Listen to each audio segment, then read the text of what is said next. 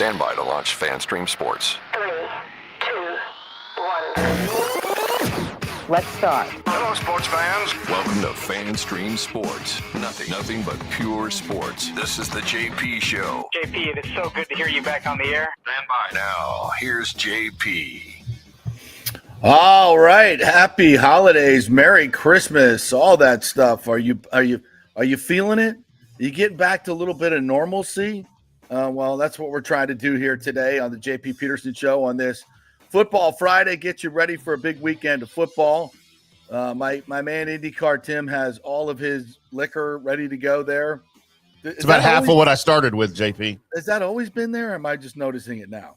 It was there Friday. I changed things up a little bit. I've actually got about 100 more little tinkrets. Tinkrets, is that a word? That I'm going to put. I think so, but I like on it. The table here. Yeah. Tinkrets. That's tinkrets. like I don't know what the hell that is, but it must be works. The vodka talking. I think it works. Yeah, we're back. Hope you guys had a great Christmas. I did. Got to see family. My kids were here. My stepkids were here. We had a full house. Lots of lasagna and meatballs, all kinds of good stuff. Hope you guys had a great Christmas. But it's time to get back to business as the Buccaneers get set to take on the Panthers in a big weekend. We got bowl news to talk about. USF gets a big win in the Hawaii Bowl. What does that do for their program? Who will be their quarterback next year? That's an interesting question to be asking. So we'll get into that. Bucs-Panthers preview. Scott Reynolds is going to join us from the Pewter Report. So we'll chat with him about what is obviously another tough divisional game for the Buccaneers in these final 2 weeks as they try to make it to the playoffs and kind of secure that division championship for the fourth consecutive year. This will be the big week for that because obviously the Falcons are playing the Commanders. So we'll get into that. And as Nathan Elliott points out, or John Hill, it's the last Friday of the year. It's the last football Friday of the year. That's sad in and of itself. God, it just feels like football season just started, does it not? It really does. Golly. And here we are at the end, and we'll talk about wow. And we'll talk about some college football as well, as we got the next round of the college football playoff that has been underwhelming, to say the least. Waited all this time for this. Well, it's because they screwed it up. They didn't do it right. So we'll get into that as well. So good morning to you, IndyCar Tim. How was your Christmas? Good? It's good. It's just usually another work week for me. I ship all the kids off to their moms, and I enjoy a quiet house for about a day and a half. Oh, really? And I start to work, and I don't really. I've never done the Christmas thing. It just doesn't mean anything to me. I actually find it quite ridiculous and sad, to be honest with you, that the world has to pick a day to be nice to each other, and that's it. And then they all go back to bombing each other and hating each other. And then you're so pressured to buy presents for everybody that you go into debt, and then you're depressed because of that. And then it takes you all year to get out of it. And then you got to turn around and do it all over again by the time you pay off all those presents, and then go back to bombing each other. I find the whole cycle just ridiculous. But you know what? Goodwill and cheer to everyone this holiday season. Wow. Not to bring anybody down. Where's my gun? I just find it stupid. I mean, it has no religious connotations. It's not Jesus' birthday. Get over it. Come on, people. Be real. It's about as dumb as Valentine's Day to me. Not to be bitter or anything.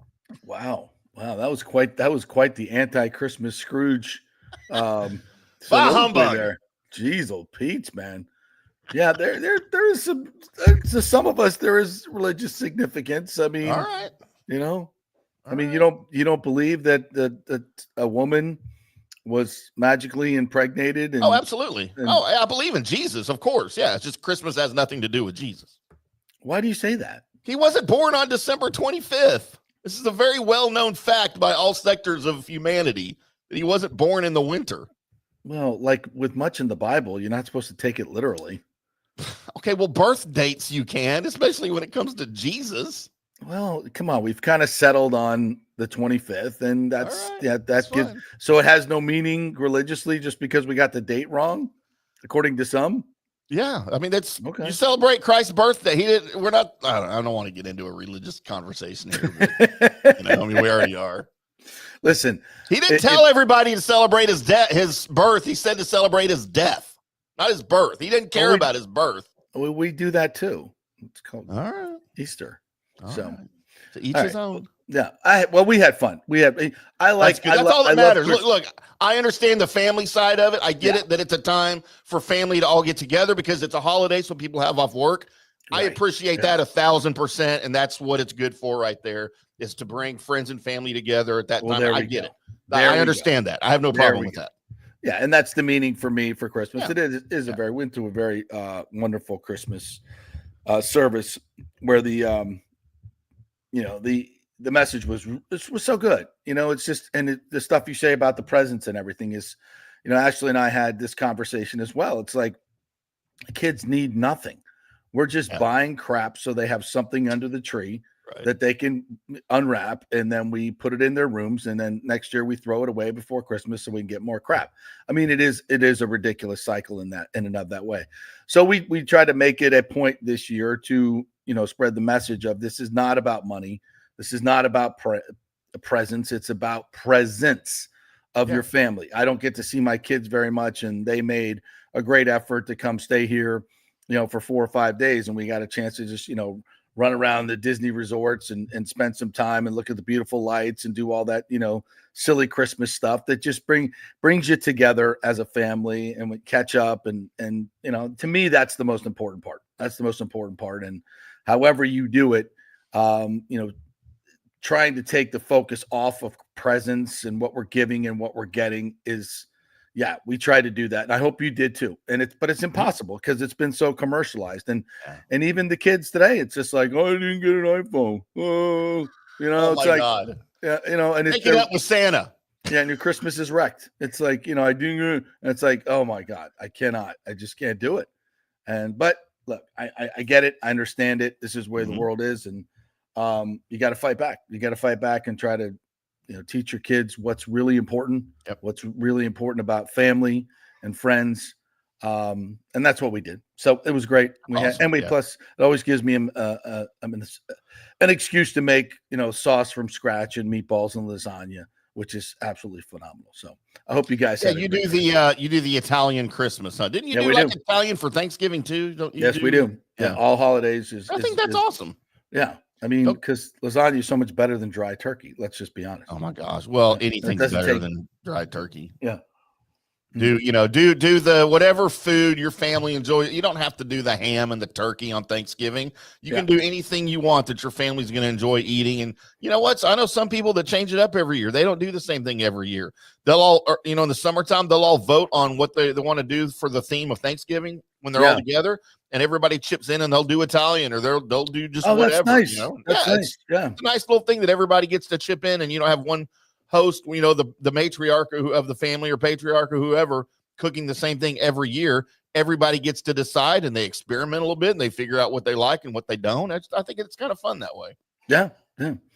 It is. And, going places, doing things with family, just really, really fun. I think we talked about next year's White Christmas. We're going to do a White Christmas in Colorado. I really want to do that. We have a condo out there, so hopefully we can get access to it and go do a White Christmas. You have a condo in Colorado? Why are we not doing shows from there? It's the family condo, which that's awesome.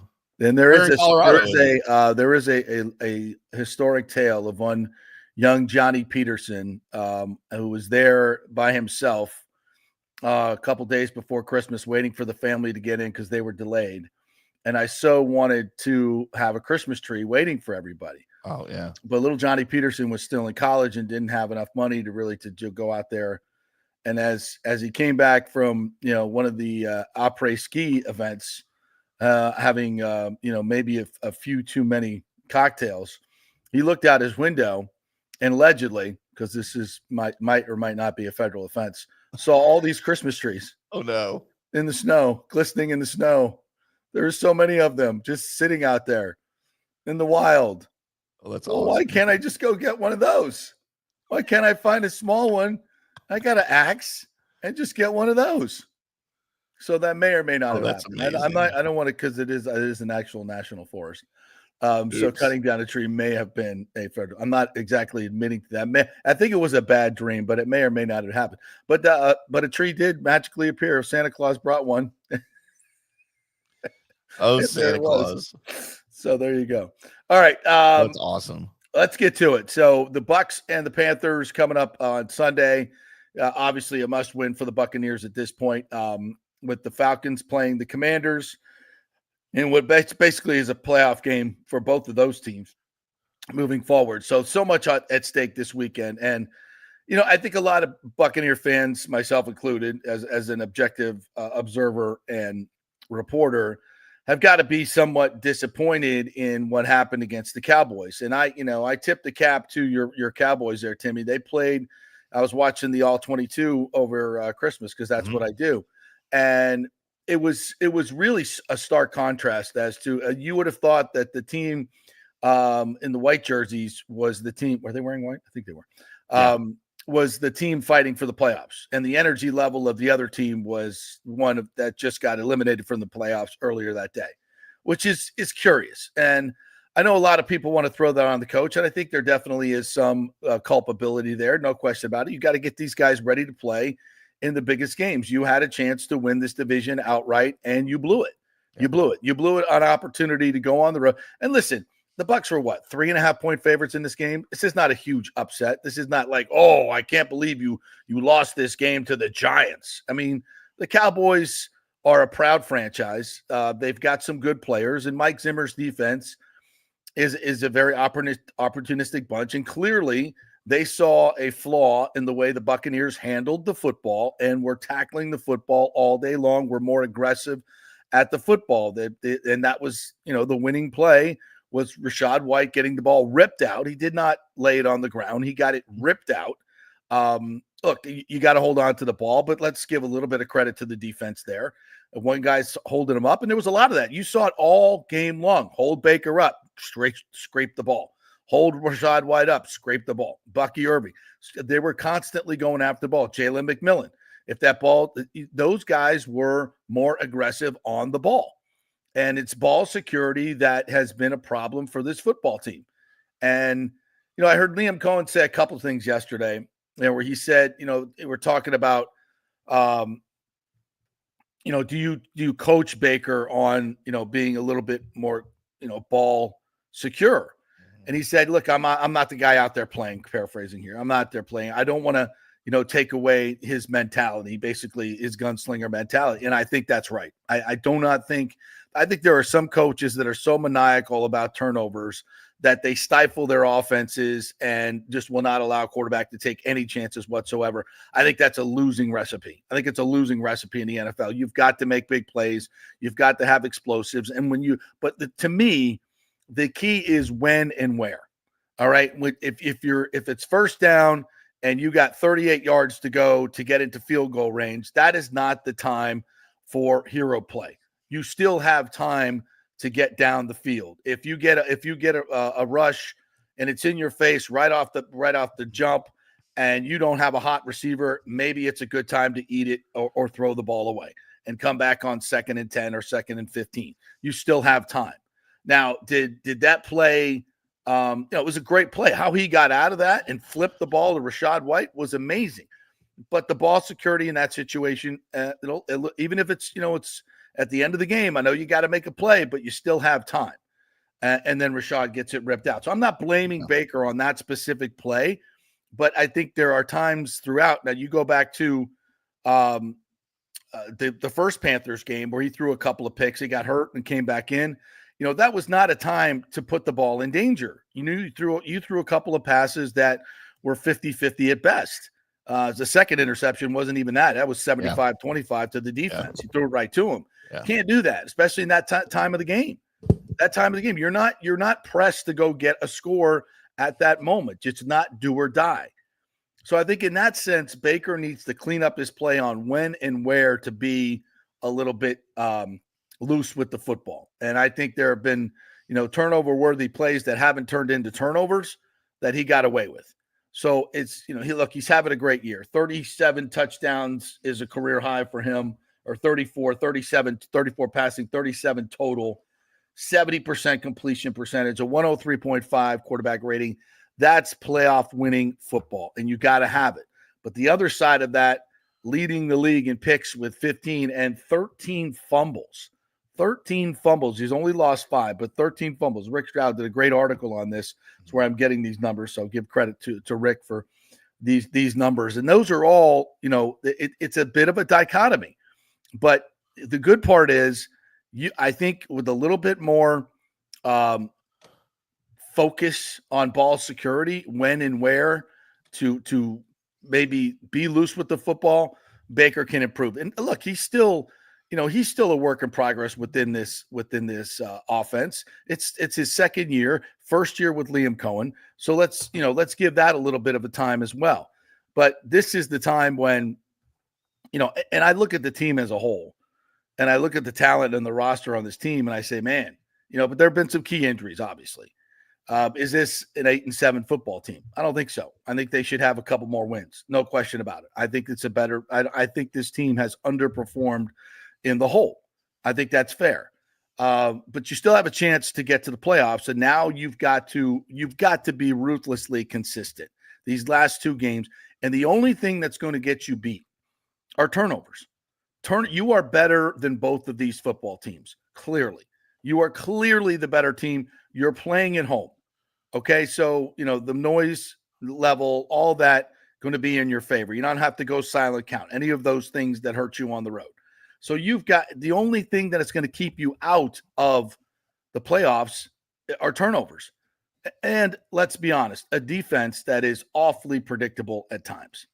And again, the middle of the field wide open for the Cowboys to exploit. That was our worry coming in, and Cooper Rush throws for almost 300 yards, 293. Most of that in the middle of the field to wide open guys. It's something that is reared its ugly head time and time again. And now Christian Izien goes out. He is arguably your most versatile defensive back and one of your best tacklers in the back end.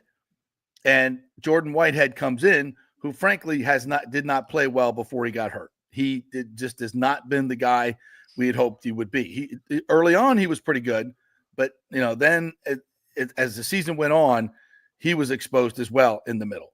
So still no Antoine Winfield Jr., and now Jordan Whitehead coming in for Christian Izien, which I think is a bit of a downgrade. So how do you get better in the secondary? How do you not be exploited? Remember, Bryce Young, when he needed it most, torched the middle of that defense, and in a game that the Panthers, quite frankly, should have won a few weeks ago. So how do the Buccaneers adjust now to be better in the middle of the field? I don't know what they haven't had any answers so far. At least Todd Bowles is not. So I'm a little bit concerned. It's, this is the way they're going to get beat: turnovers and a bad defense. And I said that last week. I'm worried about this defense down the stretch. And last week it was not good. And, Cooper Rush looking like, freaking Troy Aikman. And now again, this week you have a Bryce Young that had a pretty good day against this defense. So, we'll talk about New Orleans next week, but right now it's a big concern. And what scares me the most about, if you just look on paper, you look at records and you look at the way the season's gone, the Bucs should have no problem with Carolina. They should have no issues at all. But when you look at the way the season has gone late here, when you look at the way the Bucs played against the Cowboys last week, not their best game defensively or offensively. When you look at the way the Panthers played last week, the win over the Cardinals, like, who would have thought that? Like, I'm not a Cardinals fan. I'm not a Kyler Murray fan at all. I don't think he's an NFL quarterback. But look what they did against the Cardinals. Bryce Young managed the game very, very well. 2 touchdowns, no turnovers, 158 yards passing on 17 of 26. They had the ground game going. Hubbard ran for 152 yards and 2 touchdowns. It scares me, and you would think, coming off the way the Cowboys dominated them the week before, they'd kind of come into the Cardinals game like, meh, what do we, here we are again. What do we have to play for? Nothing. Let's roll. Not, players don't do that necessarily, but just nothing to play for. Right. And the way they picked it up and played against the Cardinals scares me a little bit, because now, to me, they're the ones with momentum going. Right. The Buccaneers have no momentum going. They didn't play a very good game. They had it, and they still had a chance to beat the Cowboys, by the way. If Rachaad White does not let go of that football, I still think the Bucs win that game. Oh, I do too. The only thing that was going to keep them from winning that game was the turnover. They had 4 downs to get 38 yards. I mean, come on. That's that against that Cowboys defense. That was going to happen. Yeah. Unless you turn the ball over. Right. And that's and credit the Cowboys for getting the force. And that's kind of been the story of this team all season. Untimely turnovers. A lot of times, as you mentioned, it's Baker Mayfield the one doing that. But, Rachaad White, he's kind of your go-to guy. I know Bucky Irving's having a better year, but Rachaad White's your workhorse. And then he's the right person to have the ball in that situation, even on a tremendous, incredible play by Baker Mayfield to not take the sack. It's like we talked about. The football gods giveth and the football gods taketh away. And that was the game. They took it away. The Bucs really should have never been in that position to begin with against the Cowboys, to be honest. Right. Exactly. But here you are. So now you're going in against the Panthers in a must-win game for Baker and for the Bucs. And you just wonder what Bucs team is going to show up. But more importantly, what Panthers team is going to show up. Well, I think it's going to be a very highly motivated Panthers team because it's a young group. You could just see, and I was watching the condensed game yesterday. You could just see they were playing with a lot of energy. And then when they won the game, there was a lot of it looked collegiate in a way, like it really did. And they got, a lot of good young players that are just learning on the fly, and they're getting some wins. Bryce Young had his best overall offensive grade, according to PFF, of his career last week. As you mentioned, 17 of 26, 158, 2 touchdowns. He also ran for a career high 68 yards and a touchdown. That bothers me against the team that gives up quarterback runs and quarterback scrambles like no business. That's a problem. And he had some big ones against the Bucs in the first game. Chuba Hubbard was their second highest graded player, 152 yards on 25 carries, including the 21-yard touchdown in overtime for the win. I mean, this is a guy that really wants to atone for what he did against the Buccaneers when he lost that fumble, when they were on their way to winning that game. And here's another thing that scares you. You know who the other 3 highest graded players on that team were?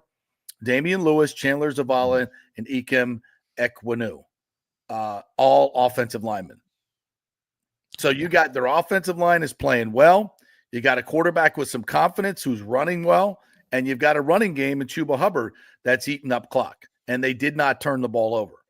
So right now, you look at these 2 teams as just of last week, you see one team that's much more talented, but another team that's playing clean, solid football, physical football in the run game. Defensively, they gave up 30 points last week, so you should score some points. But what are you going to do defensively to keep Carolina off the board? This just feels like a game that's going to come down to a big mistake in the fourth quarter. Who's going to make it? Who's going to make or a team that's going to have a -2 turnover ratio in the game? The other team's going to win it. So to me, this is it's a game that very much, if you're a playoff team, if you're going to get your team ready for the playoffs as a staff, as a head coach, you better find a way to motivate your team, and you better find a way for them to play clean, dominant football. Whatever team, whatever you did that week to destroy the Chargers and get their attention and put up 40 points on the number 1 ranked scoring defense, that's the team you got to have this week. That is the team that you got to have, not the sloppy team that went into Dallas last week thinking maybe that team was going to lay down and got punched in the face and got out physical. And that's something that hasn't happened to the Bucs much this year.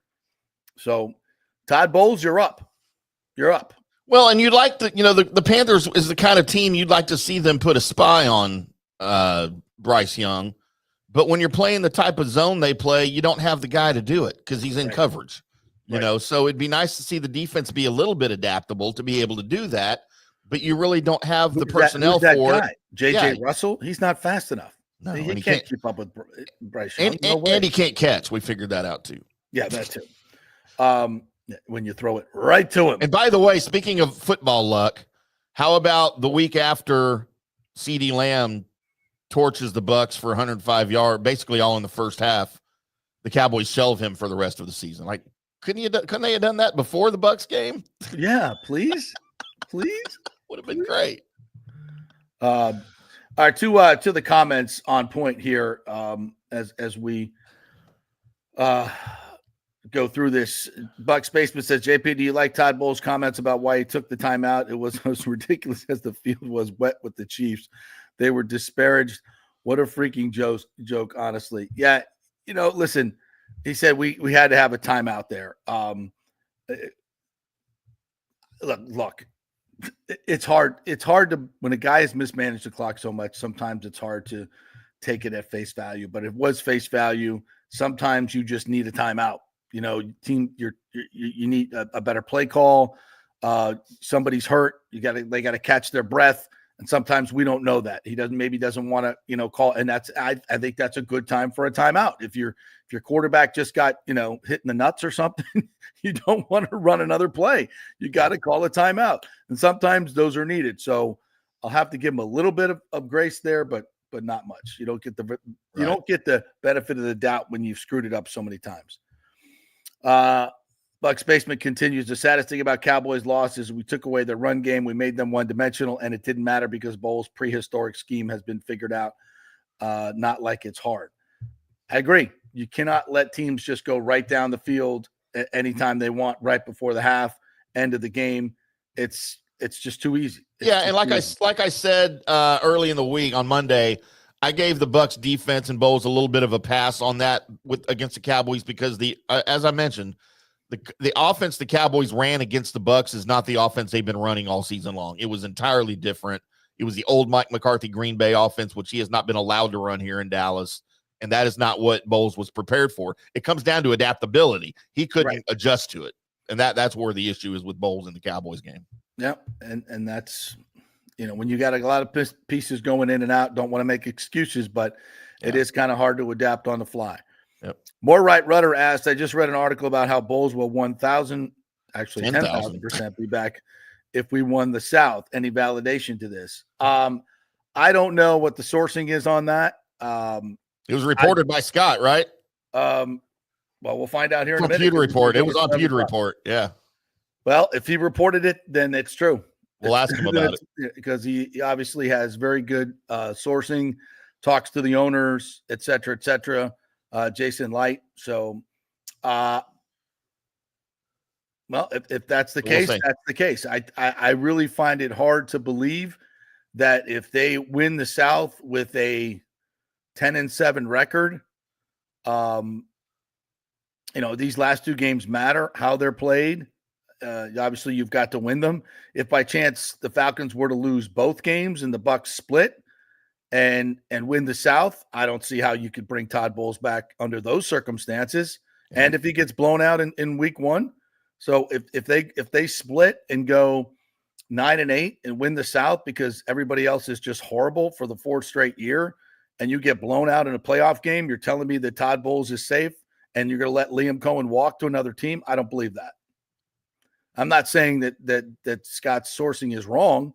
I'm saying if the Bucs do that, they're wrong. That would be a big mistake, in my opinion. So not doubting the report, we're doubting the action. No, not at all. And we'll find out exactly what that's all about when he joins us at 11 o'clock. So, so to me, it matters. I think the optics matter of what it looks like and how it looks like. Can you imagine that? Can you imagine them? No, I can't. That would be, that's the Bucs and the Glazers are smarter than that. They would not. I don't. They're not the Cowboys.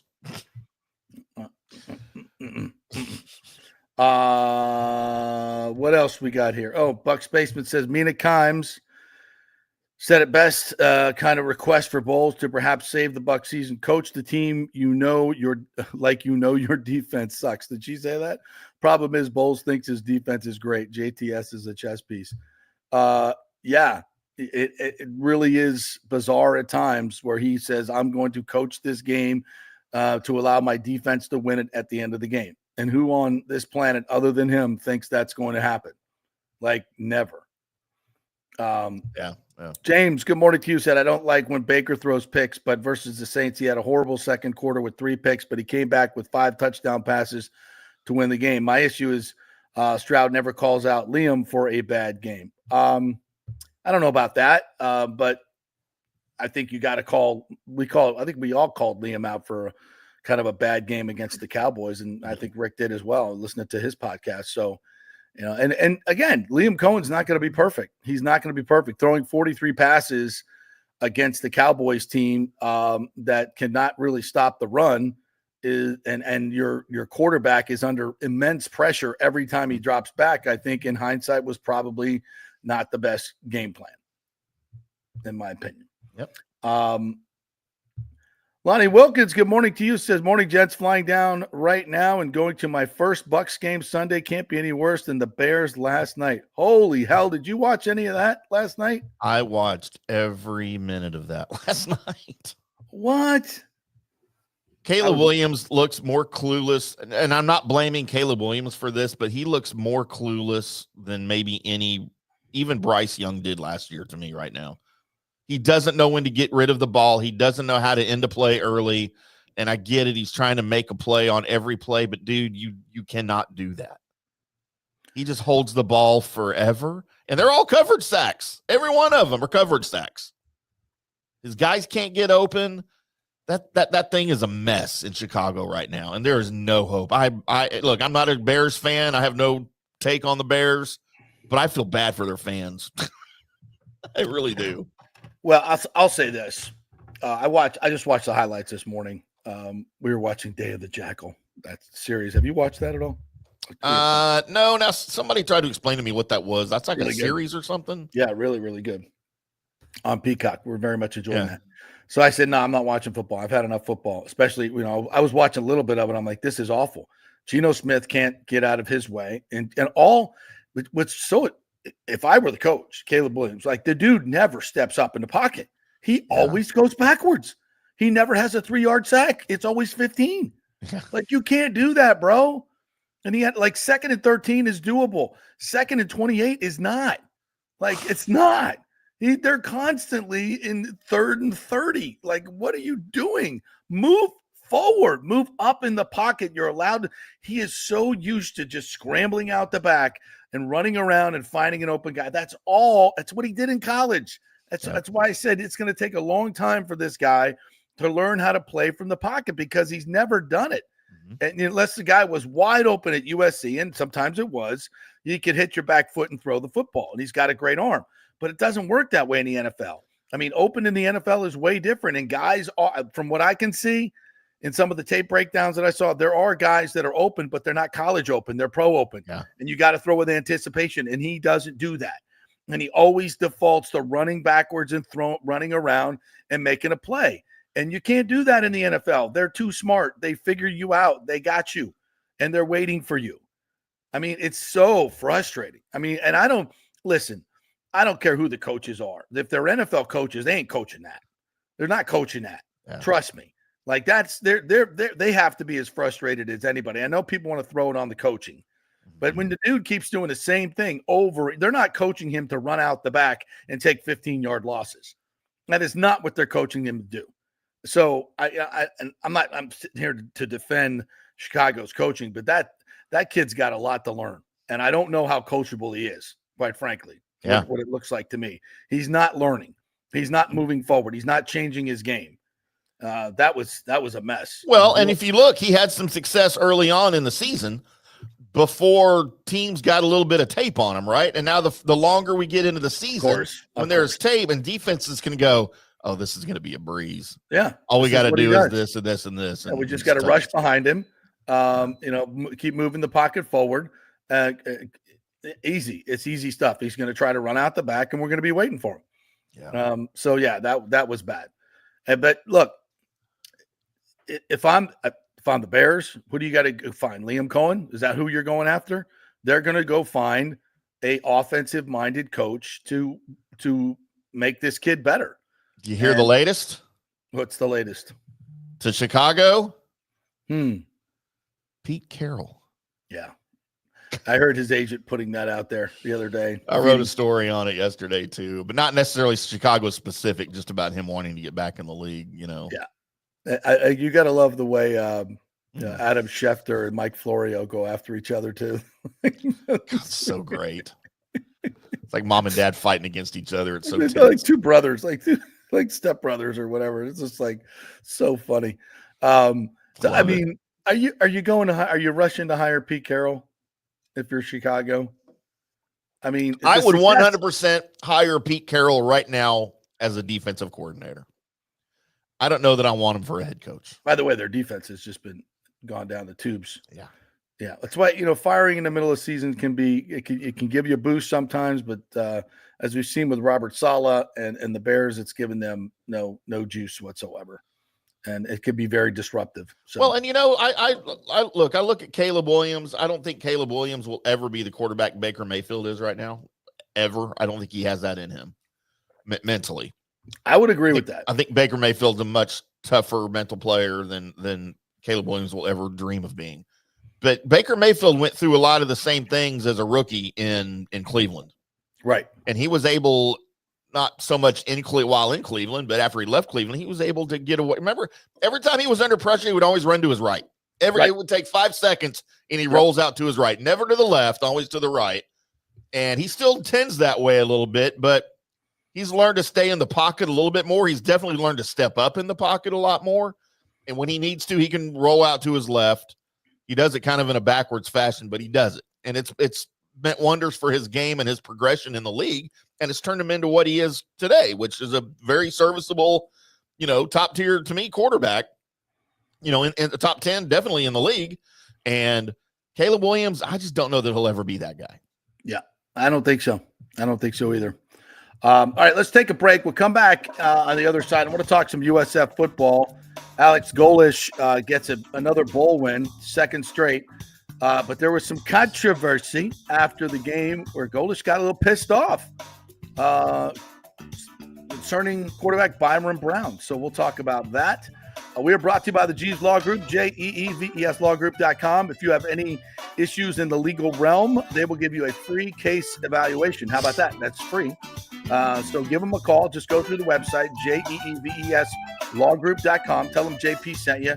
And obviously, if you've been involved in an accident, they're your first call. They will get you a huge settlement if the case is right. So give them a call and find out. Get that free case evaluation. JeevesLawgroup.com. Back in 3. Hey, it's football season, and we welcome back the Gator Report every Monday and Friday, sponsored by the Jeeves Law Group, JEEVESLawgroup.com. Just go to the website. You can contact them through there. Scott Jeeves is a tremendous, aggressive attorney and a big Gator fan, so we appreciate him supporting this show and, of course, your Florida Gators. They are local, they are trusted, and they get results. Whether it's personal injury or anything else, any law matter at all, it's the Jeeves Law Group, JEEVESLawgroup.com. Give them a call. Tell them JP sent you. So many of our Tampa Bay neighbors are finding out the hard way from Hurricane Helene that homeowners insurance does not cover flood damage. You must have flood insurance. It's a separate policy. Immediately call Italiano Insurance at 813-877-7799, and they will shop around to find the best policy before rates go up. Lock it in. Over 60% are underinsured in Florida, or you're not getting your discounts that you're entitled to. So do an insurance checkup at Italiano, and they could save you thousands of dollars. Italiano will make sure you're with a highly rated insurer, so there are no surprises in your time of need. Our hearts go out to all our neighbors devastated by Helene. These are the times we're proud to protect all the pieces of your life. Italiano Insurance, 813-877-7799. Old Hurricane Helene put a hurting on Tampa Bay, and for many of you, the rebuild will be a long process. You must beware of unscrupulous contractors offering up quick fixes for incredible prices. It's a scam. So go with long-standing, reputable companies like Third Generation Plumbing and AC. My friend John Rodriguez has been serving Tampa Bay since 1995 with hundreds of 5-star reviews. If you need a new AC system or any home repairs from Helene, they will work with insurance companies to get you taken care of quickly, expertly installed, of course, and a 1-year maintenance plan and 10-year warranty included on all AC units. 0% financing for 60 months. Contact them at thirdgenerationplumbing.com or 813-961-8024. That's 813-961-8024, thirdgenerationplumbing.com. Ciao, Paolo Tini here, owner of Caffè Paradiso, one of South Tampa premier traditional Italian restaurant. We were recently voted number 3 on Open Table list of Tampa Bay's top 10 restaurants. We're very proud of that because we take great care of preparing each dish by hand with homemade sauces, pastas, only the freshest local ingredients. You won't see the big institutional vendor trucks pulling up to our back door. We get our seafood from local vendors. Sometimes I even drive out to Topper Springs and pick out our daily catch right off those boats. So stop by and say hello. Try our traditional lasagna, the fresh veal, some of our signature dishes like capelli al granchio, that is angel hair with lump crab meat, our branzino, that is a sea bass. We're located at 4205 South McDill, and you can make a reservation on Open Table and read all the great reviews. See you soon. Ciao. Grazie. Let's go. Right now. Back to the show on FanStream Sports. All right, welcome back to the JP Peterson Show, brought to you by great folks at Italiano Insurance. Great time for that insurance checkup at the beginning of the year. We're going to get those homeowners insurance bills and some of those other yearly bills. Why not have the good folks at Italiano shop it around, all the different companies they represent, instead of calling a 1-800 number and waiting in voicemail hell or whatever it is they do there, that bad music you got to listen to. Let Italiano do all the shopping for you. They already know which company is going to offer you better rates, so they can get you some nice choices and hopefully save you tons of money. Why not? Call us free, 813-877-7799, Italiano Insurance. But here's your hold music. That's it. Oh, my God. Doesn't that just give you anxiety, like just listening to it? It's really bad memories, man. Like, who came up with that? Like, this is the one. The next available representative will be with you in 10 minutes. So do you know the story of this song? There's a story There's behind a story. that song? Yes, there's a story. It's called Opus 1. Okay. And it was written and recorded by a couple of guys in college in their dorm room, like just using whatever they had on their computer, right? They're just goofing around one night. Well, about a month later, one of those dudes went to work for what would become Cisco Systems when it was a startup. Okay. And they developed initially, business phone systems. And one day they're in the meeting room, whatever, and they're like, okay, we got to come up with some hold music. Who has ideas? And the guy goes, I got one. Sitting on my computer at home. They're like, all right. And that's literally what they used for like 15 years. Holy hell, that's a great story. Isn't that crazy? Did he get paid for it? I'm sure he did, yeah. Oh, really? Him and his buddy just farting around in their dorm room one Friday night because they didn't have chicks or whatever. And I'm sure the corporation just took it and said, thank you. Yeah, we'll put your name on it on the phone. Here's your free turkey for Christmas. Yeah. But it's funny, though, man. I downloaded it because I use it for background music sometimes on the Colby Sapanini Cartoon Show. When I hear that music, though, it just makes me like, yeah. So I don't know if that's good. Been around forever. Public consumption. I mean, people normally make that noise when they listen to this show anyway. So yeah, exactly. So we got some good comments coming in. I want to get to some other stuff, but I'll get back to this in just a little bit, guys. So hang in there. So the USF Bulls go over to Hawaii and win a bowl game in 4 overtimes. Or was it 5? Was it 4 or 5? 5 overtimes. 5. I think was the record until Toledo and Pitt just went past it. The other, by the way, Vanderroos, the kid from Jesuit High School, went off for Toledo and got the winning 2-point conversion catch. So congrats to him and Tampa Jesuit. That kid can play, boy. I tell you what. It just, that's another 3-star receiver that gets out of Florida that just goes and just makes plays. And FSU's got guys that can't even catch freaking football. But anyway, I digress. How do you really feel? Yeah. So, interesting game. I watched, first of all, great opportunity for these kids to go to Hawaii and the fans to go to Hawaii and go there and play a game and win a game. And Bryce Archie did a great job late in the game, getting them in position to get the game-tying field goal. John Cannon with the doink that goes in from 41 yards. And then they just go through overtime after overtime after overtime. And finally, Bryce Archie to Singleton for the game winner. Big celebration, get the trophy. It's a great, it's such a great momentum builder, I think, for the program. Recruiting is going well. They're getting a lot of good kids in the portal. You're on TV. It was the only game on at that particular time. You look good. The uniforms look good. You're in Hawaii. It's a nice time for the program. It really is, and a great finish. Now, look, we can go back, and we'll do this next week. I'm going to have a couple guests on and really dissect the season on how it went. But I think all in all, these first 2 years of Alex Golesh, you got to be thrilled. 2 bowl wins. Do they have a signature win? Have they beaten anybody of significance? You can nitpick that. Probably not. But the bottom line is they're winning games, and they're getting to bowls, and they're building the program in the right direction with the new stadium coming on. Maybe this be a key off season where there is realignment. I don't know. That might be a couple of years down the road. But when it comes, Michael Kelly, their AD, and Alex Golesh are going to have them in the right position. Here's the one thing about, kind of a building season. If they go, 10-2, Alex Golesh is gone. Like, he's gone. Yeah. What did they finish? 7-6?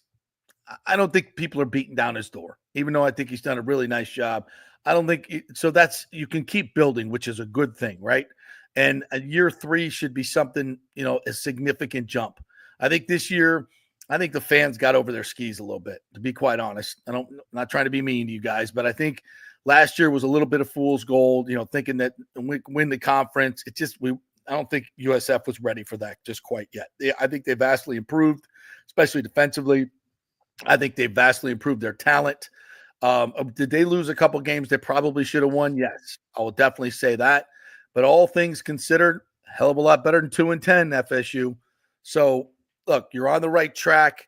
Golesh is your guy. Will he be here forever? I don't think so. But as long as he keeps building, and you can go find your next guy, and that's fine. Now, there is the curious case of Byrum Brown that we have to talk about. When he got injured against Tulane, he broke his leg.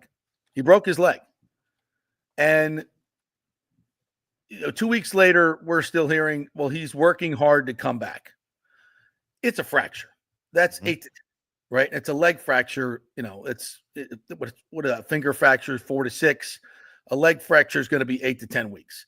So did Alex Golesh play a little loose with keeping the fan base thinking when is Byrum coming back? When is he coming back? I'm not in his shoes, so it's really hard for me to say it. But from the outside, yeah, it was kind of weird. It was kind of weird when a quarterback breaks his leg, he breaks his leg. I mean, did the fan base? Yeah, every week is Byrum going to play? Is Byrum going to play? When you have a player like that, everybody wants to know. And yeah, he was getting asked about it every week. Did it become bothersome? Clearly it did to Alex Golesh.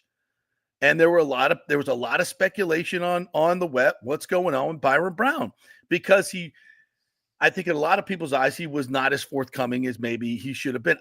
Let's just say it this way.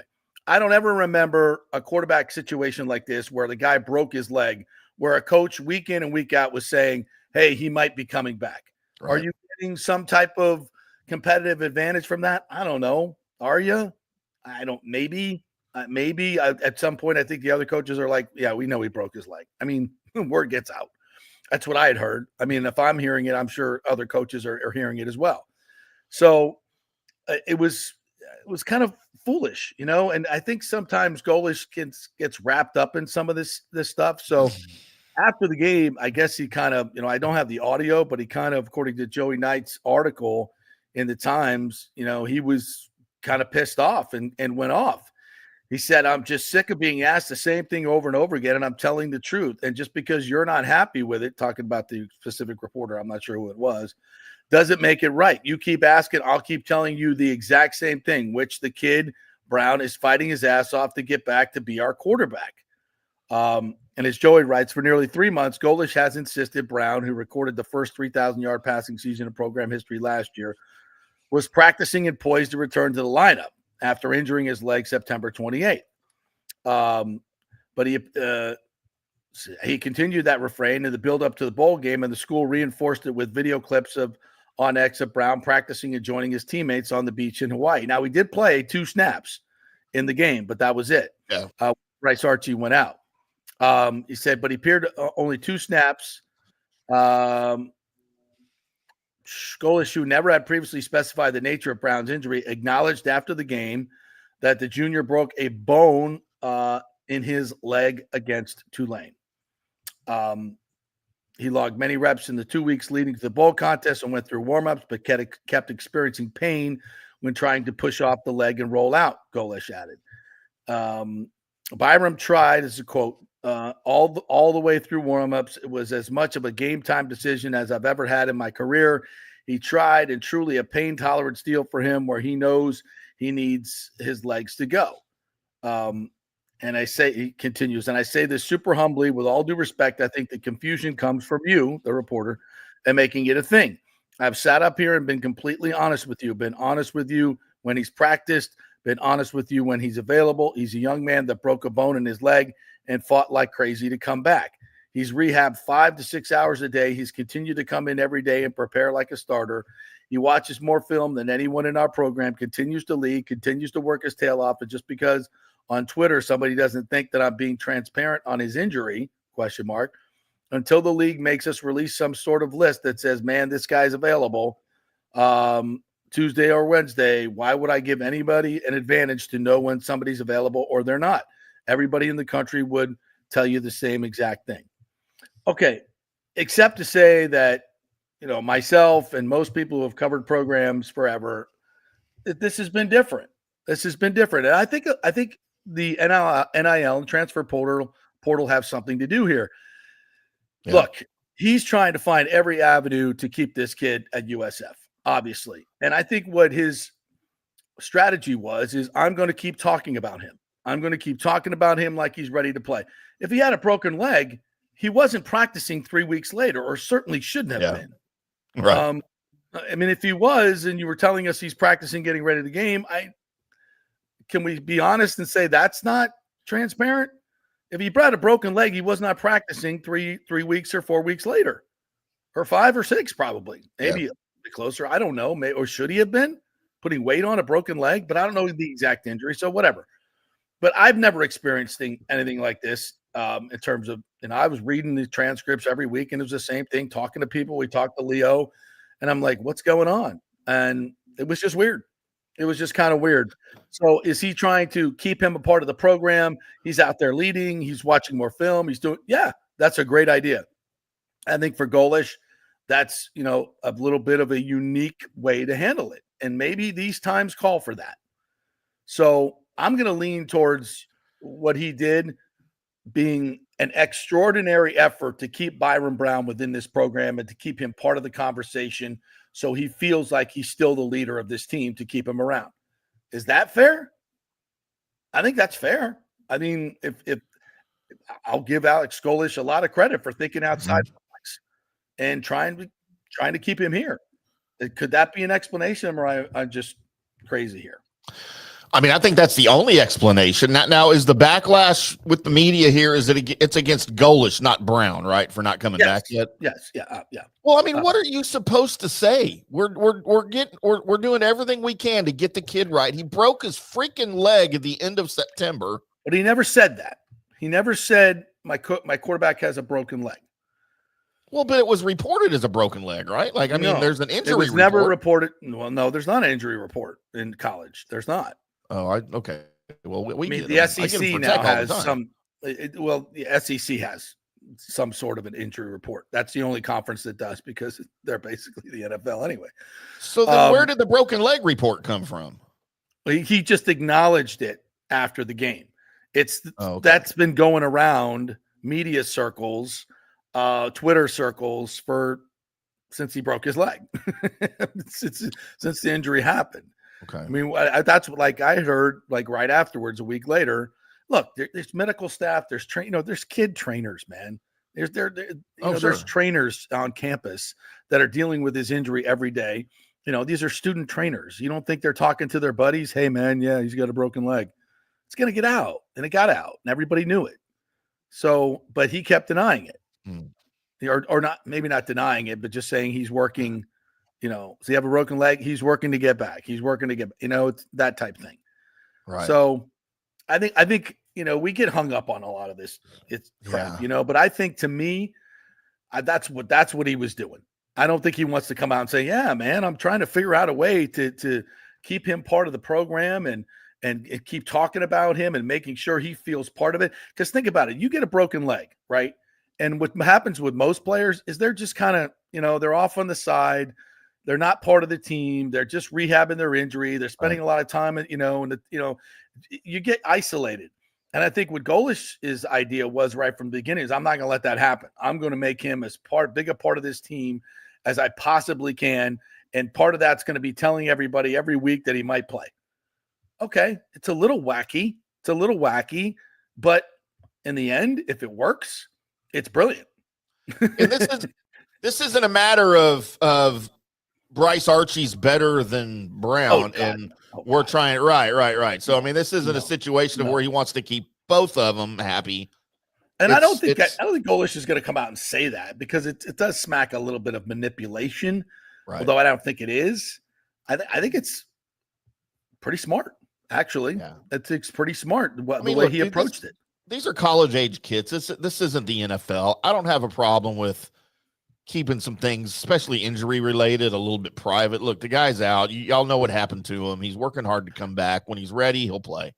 Yeah. I don't understand why that has to be a point of contention, unless there's some secrecy going and then somebody heard a report somewhere. Well, then you address that report. Well, hey, we heard this. Can you confirm or deny? And it's Golish's job to confirm or deny, but he doesn't have to go up there and give a detailed report on his rehab and when he'll be ready to play. Y'all can keep it. And what I hear here is he's getting frustrated at the same questions every time, and he keeps telling them the same thing every time. Hey, when the guy's ready, he'll play. And now the season's over, and the question is, well, is he going to transfer or is he going to stay? Well, he hasn't declared for the transfer portal, right? I mean, he's a Bull right now, so let's just roll with it.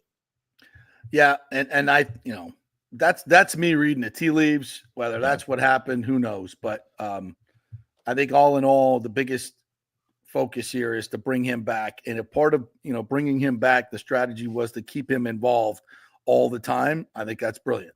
And, if the media or the fans have a problem with it, so be it. And he's not going to come out and say that's what he did. Maybe I'll take the heat. Well, and it sucks that the attention is on this rather than an impressive 5 overtime win over San Jose State in a bowl game. Let's think go that's why enjoy the win. I think that's why he got so upset.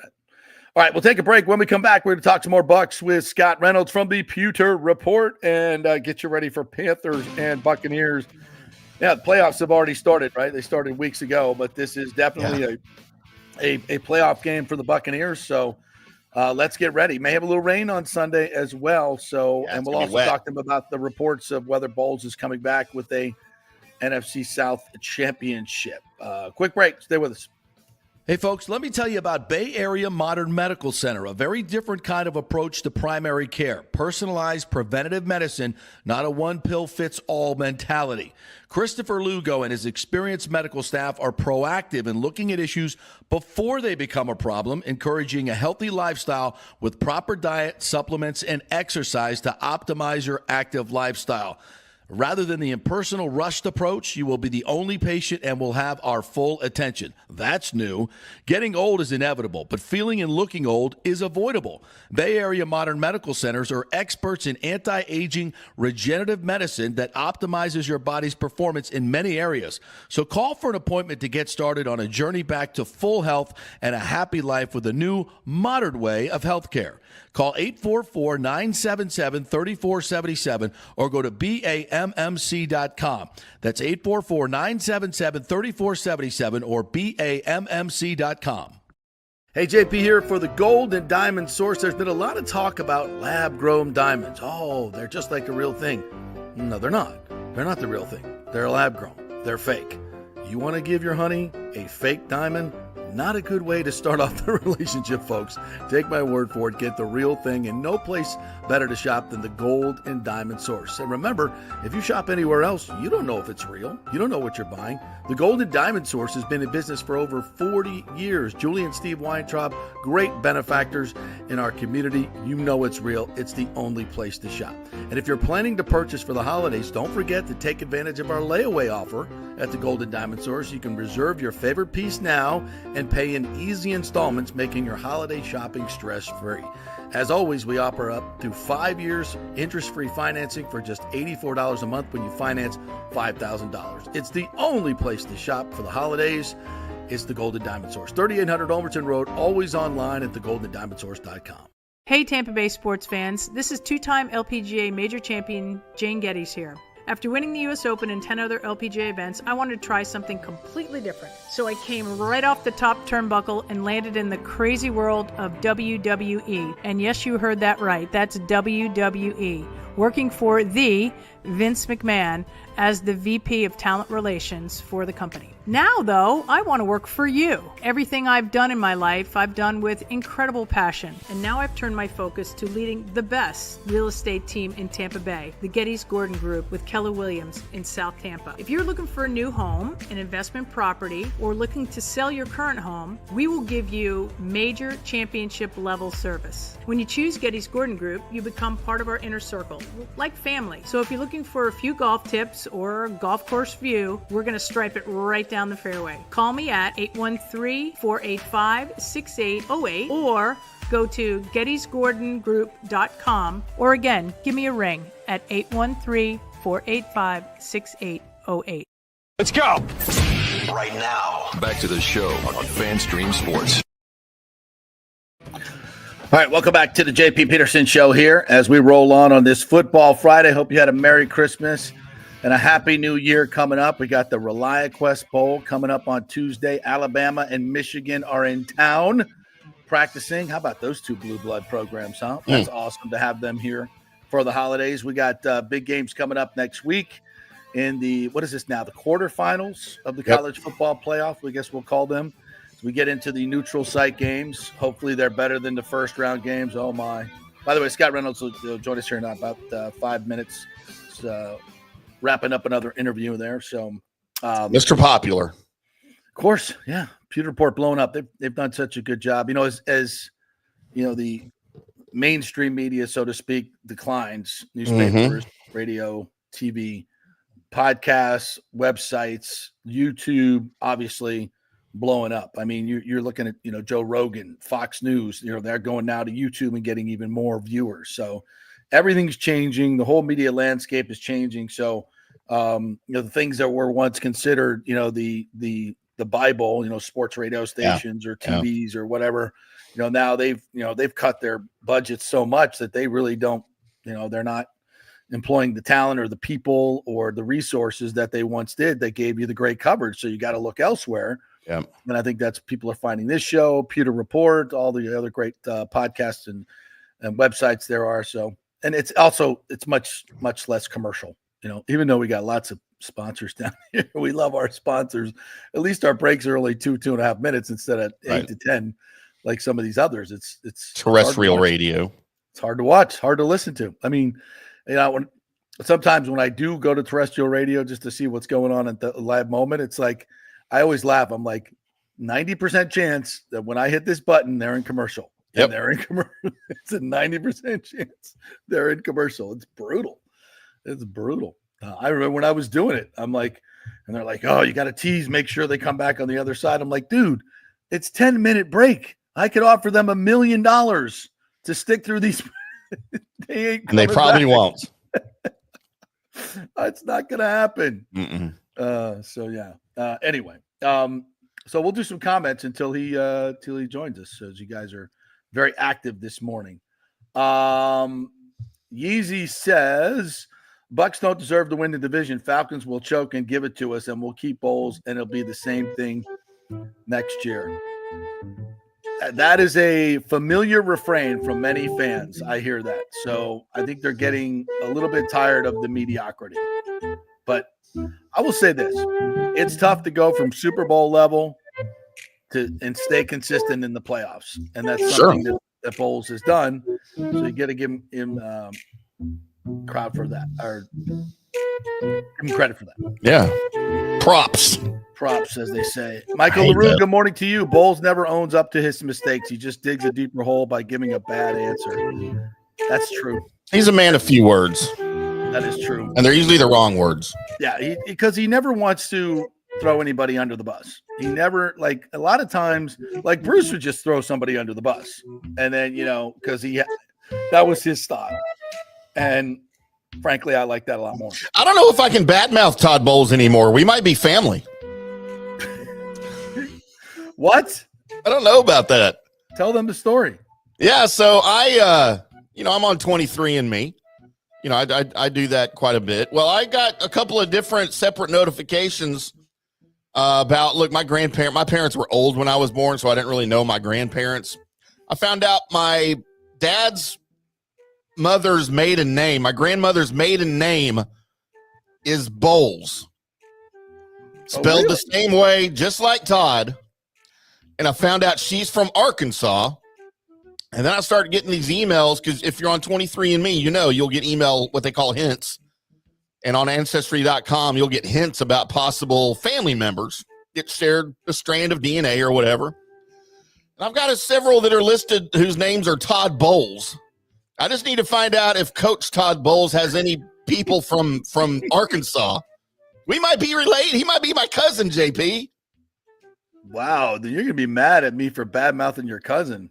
I don't know about that. Isn't that crazy? Family's family. Family's family. Maybe he'll give me a job on his staff. Well, if he has a staff.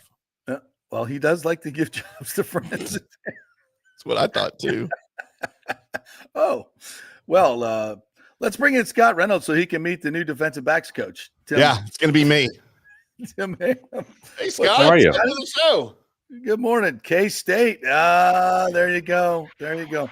Did they end up winning that game? They must have, or you wouldn't be sipping so proudly. That's true. Yes, we beat the Fighting Greg Schianos last night. By a field goal. You were down. Last I saw, by what, 13 points in the first half? It was like 34-17 at one point. Ooh, yikes. Roaring back like a pack of wildcats. There, like a pack of wild. Look at him so proudly sipping on that. I don't have any FSU stuff, so all I have is Best Dad by Par. That's all I have tonight. That's important too. Good. That's important too. That's good. Yeah. How are you, my friend? Great. Caden's loving the new driver too. Thank you very much for that. Oh, good. Yeah. Already taking I have and everything. I got a new golf bag, so I may have a golf bag and some irons for him as well. Damn. Okay. Yeah, I will supply. And Thank you, Uncle JP. When he turns pro, I want my cut.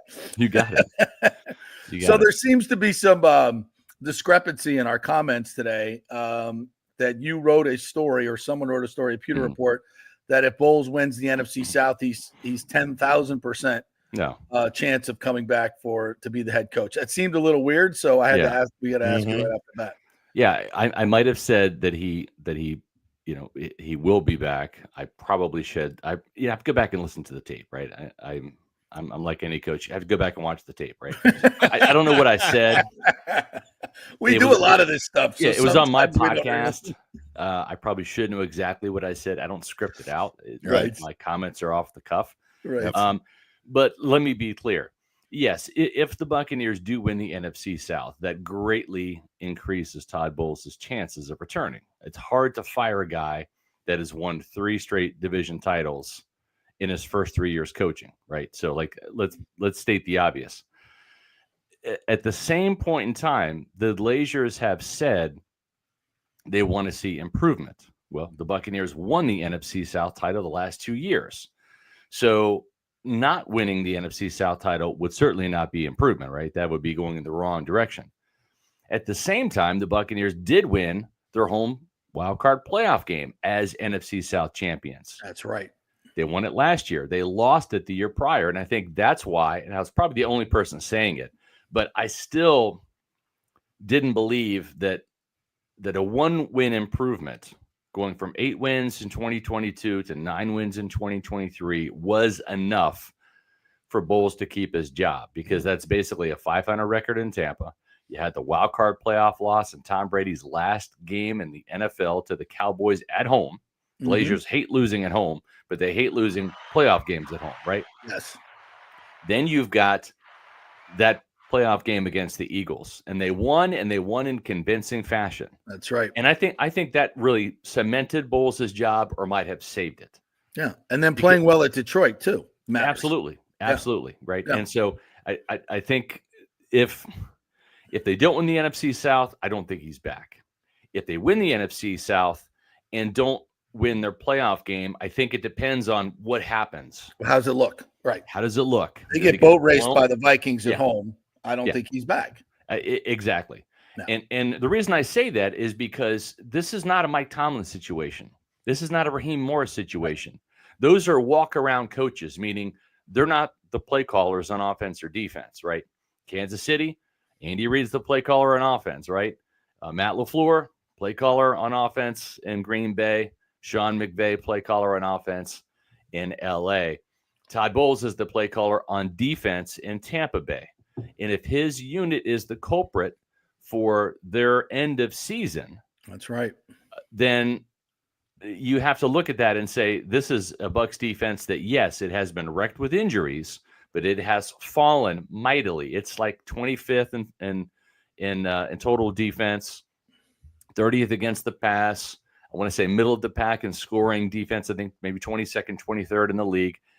So it like you said, it will depend on how they lose. Mm-hmm. Now, if the Buccaneers win the NFC South and win that wild card game, I don't think there's any way Bowles gets fired. So no way. I agree. I think if you want the definitive statement on how and why Bowles is back, it's following that formula. If he wins the NFC South, I still think he needs to get that home wild card playoff win, because otherwise he'll be 1-3 in the playoffs, right? And now you're kind of entering that Tony Dungy territory, right? Where the Glazers fired him after winning the NFC Central back in the day in 1999, and then having a couple of years where they had first-round playoff exits in Philadelphia in 2000 and 2001. Yeah, and so and then here's the the elephant in the room. Who the elephant's name is Liam. Okay, right. I'm going to give you a little hint. And it's not like we haven't been talking about him. Right. But it could come down to a situation where it's like, do you hang on to Todd Bowles, who maybe got to 10 wins this year, maybe showed 1 win improvement, but then lost that home playoff game? Or do you do what the Glazers have already done? They fired John Gruden again after a 9-win season, after a winning season. And after giving John Gruden a massive contract extension that year in 2008, they were paying John Gruden not to coach for like 4 years after he was fired. Yeah. And they fired him 17 days into the offseason, if you remember. They didn't make the playoffs. They started off 9-3 that year. They lost 4 games, largely because of the defense, but they didn't win enough to get into the playoffs. They had to get 10 wins that year. They didn't do that.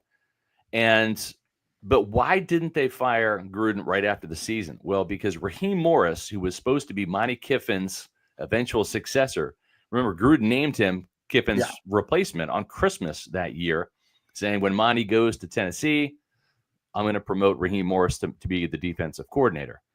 And all of a sudden, the Denver Broncos interviewed Raheem Morris.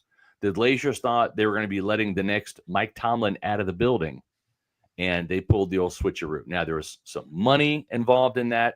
Yeah. There was Manchester United stuff involved in that. There was the recession and Gruden wanting to that. spend money. Gruden wanting to free spend agents, money. And them telling Gruden, that's not happening. We're going the other direction. You're going to have to go through the draft. It was a perfect storm. You're exactly right. There was a lot that went into this, and that's why they waited 17 days, because there was a lot that went into this. But one of those things was they didn't want to let Raheem Morris go. They thought that he might be the next Mike Tomlin. So what you're saying is this is an X factor here. Normal, you can kind of throw the normal, okay, this is what the coach's record is. How do you get fired winning a division, blah, blah, blah. There's an X factor here because of the offensive coordinator situation. And they do. And I said this on Good Morning Football when they asked me about it the other day. Peter Schrager said, what's going to happen with Liam Cohen? And I said, listen, he's not effing leaving. Yeah. I didn't say the real word. Right. I did say effing. You actually said effing, I said he's not effing leaving because the Glazers know what the score is here in terms of having an offensive coordinator and being finding one and wanting to keep him, because that's right. So, and I still believe that. And I think anything short of Todd Bowles winning 2 playoff games, if he wins 2 playoff games, he's coming back. There's no doubt. Yes. And I think anything short of that, I think. Well, the bottom line here is if Todd Bowles wins the division this year again for the 3rd straight year, he's most likely going to do it with a 10-7 record. Yes. That means he will have gone 8-9, lost in the wild card round, 9-8, won a wild card game, lost in the division on the road, and then gone 10-7. Yeah. With a first place schedule. With a first place schedule, and we don't know what the playoff outcome is going to be, but that's improvement every season that he's been here record wise. Now we all know that it's different what you see on the field and things like that. If there wasn't a Liam Cohen supposedly waiting in the wings here, how can you fire a guy that's improved his wins every season, made the playoffs every season, won the division every season? Like, that's crazy talk, you think, right? Well, that's what's got you, but they did that with Gruden and Dungy. Right. That's what I'm saying. The track record is there for this type of decision to be made. That's right. The other thing, too, is let's not kid ourselves. Liam Cohen's offense has worn the superhero cape for this team since week 1. He dropped 37 points on the Commanders in his very first game as an NFL play caller. This team has not scored less than 20 points per game in all but one game. That was week 3 in a 26-7 loss to the Denver Broncos. The remarkability of Liam Cohen is the consistency to which this offense puts up points. Mm-hmm. There's no 42 points one week, 14 points the next. You average it out, you get 28. It's just about 28 points per game every single week. And you have a couple of highs, the 51 points against the New Orleans Saints, of course, 7 courtesy of Winfield scoop and score, and a safety here and there. But by and large, you can pencil in 24, 26, 28 points, 30 points per game, depending on the week and the opponent, on a weekly basis. And that's without Chris Godwin, by the way. Yes, when you lost your number 1 targeted receiver. Number 1 receiver. Number 1. And Not for Mike, the season, and Chris. you lost your number 2 receiver, you lost your tandem for 4 weeks. Correct. And you still won games offensively. Yeah. I mean, it's remarkable. It's remarkable. And you cannot let what could be the next Kyle Shanahan or Sean McVay out of the building.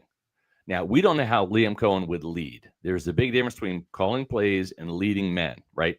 Because you're also going to be leading on the defensive side. But you can also structure it, and Todd Bowles has done this too. Todd Bowles is the most hands-off offensive guy that you'll see. He leaves his coordinators alone. Byron Leftwich, Dave Canales, Liam Cohen. He worries about the defense, has very little to say on game days or even in the game planning on offense. He trusts the offensive guys to do their job because when he was the defensive coordinator under Bruce Arians, Bruce afforded him that respect, right? Hey, Todd, you got the defense. I'll worry about the offense, whether it's Arizona or Tampa. And that's just how it rolled. John Gruden was the same way. Monty Kiffin, you got the defense. I got the offense, right? And that's how Sean McVay got his first coaching job in Los Angeles. Remember, Wade Phillips was the defensive coordinator. Right. And the Rams did that on purpose. They paired him with an experienced defensive play caller. So former head coach. Yeah. And a former head coach. All Sean McVay had to do was worry about the offense, right? We hired you for your offensive mind. Yeah. You run the offense, and then Wade will handle the defensive side. You can create the same dynamic here in Tampa Bay. If Mike Vrabel doesn't get a head coaching job, oh well, maybe he's that guy that comes in as that Wade Phillips type and runs the defense while Liam Cohen getting a job. Probably, I think he is. Probably in New England. Probably in New England. Yeah. The interesting thing is, I wrote about 2 teams that could be surprise threats for the Buccaneers for Liam Cohen. One of those could be the Patriots. Keep in mind, Jared Mayo is a former inside linebackers coach under Bill Belichick. Robert Kraft just spent a first-round draft pick on Drake May. And Alex Van Pelt not done a very good job developing him. The Patriots cannot score at all. And I know there's Mike Vrabel ties to New England, obviously, but there have been Jared Mayo ties to New England as well. Right. Does Does Robert Kraft want to go down that defensive road again, from Bill Belichick to Gerard Mayo to Mike Vrabel again, when the entire league trend is offensive-minded head coaches? Are you saying what? I think I know where you're going with this. There are three defense. Don't say it. There are three Don't say teams that have already fired their head coaches this year. And one of them's the Saints. Yes, the New Orleans Saints with Dennis Allen, Matt my God. Eberflus in Chicago, and Robert Saleh with the New York Jets. All right. This is a league-wide trend. They're seeing defensive-minded head coaches go bye-bye, and offensive-minded head coaches come in and pair with the quarterback for the long term. Right. Why? Because those are the guys that are getting poached to go elsewhere. Look at Todd Bowles. If Liam Cohen leaves, he'll be on his fourth offensive coordinator in 4 years. Right. Ask Tony Dungy how that worked out. He had 3 in his last 3 years, and it cost him his job. So you saying, well, listen, the Glazers aren't. If it comes down to the New Orleans Saints. No. I'm not saying the Saints. I'm saying the Patriots. What about the Saints? Patriots is what I'm taking. Well, that's what I'm hearing you saying, but all I hear is Saints. What about the New Saints? England Patriots are a threat? This is a guy in Liam Cohen that grew up a Patriots fan, that was born in Rhode Island, raised in Rhode Island, went to UMass. Okay, his favorite quarterback is Tom Brady. His favorite player is Tom Brady. Okay, who he's met twice now before Bucs games that Tom Brady's called this year. If the Patriots come knocking, you already have your young quarterback on the roster. You have the most money, $138 million at your disposal. Right. Okay. $138 million, where you can retool that team however you see fit, and you don't have to sit there and burn your first pick in the draft on a quarterback. You already got one, and he's pretty good. But my point is, Scott, first of all, if you're the Glazers, there's no way you let Liam Cohen. If I'm the Glazers, I don't let Liam Cohen leave. Number one, I'm with you. I'm not. It's a two-way street. I understand. I'm just saying this. And that's why I'm getting to my point. I'm certainly not letting him go to the Saints, because the Saints obviously will target him. Yeah, he's because not they going want to to Saints. take him. There's no cap room. It's a hard rebuild. It's an so old roster. Right. I agree with that. No There's quarterback. no cap room. You've got Derek Carr, who you want in your fantasy football team, but not as your quarterback. On otherwise, like he helps you in fantasy, right? More touchdowns than receptions. Doesn't get wins. He's a proven loser. Yeah. So I don't think the Saints are really that in play, because they're going to be going through job. No, they're going to be going through cap hell for years. So you're saying there's competition for Liam Cohen, and I agree with you, by the way. But here's the thing. It's heartstring competition, JP. That's where he grew up. That's his hometown team. That's his favorite team. Most cap space already have the quarterback. But does he have more heartstrings connected to the Patriots or Baker Mayfield? Well, if he wants to continue to win and win right now, it might be Baker Mayfield, right? Because he's already proven that this can work. He's got the offensive line. Like this is he's going to say goodbye to Tristan Wirfs. What's that?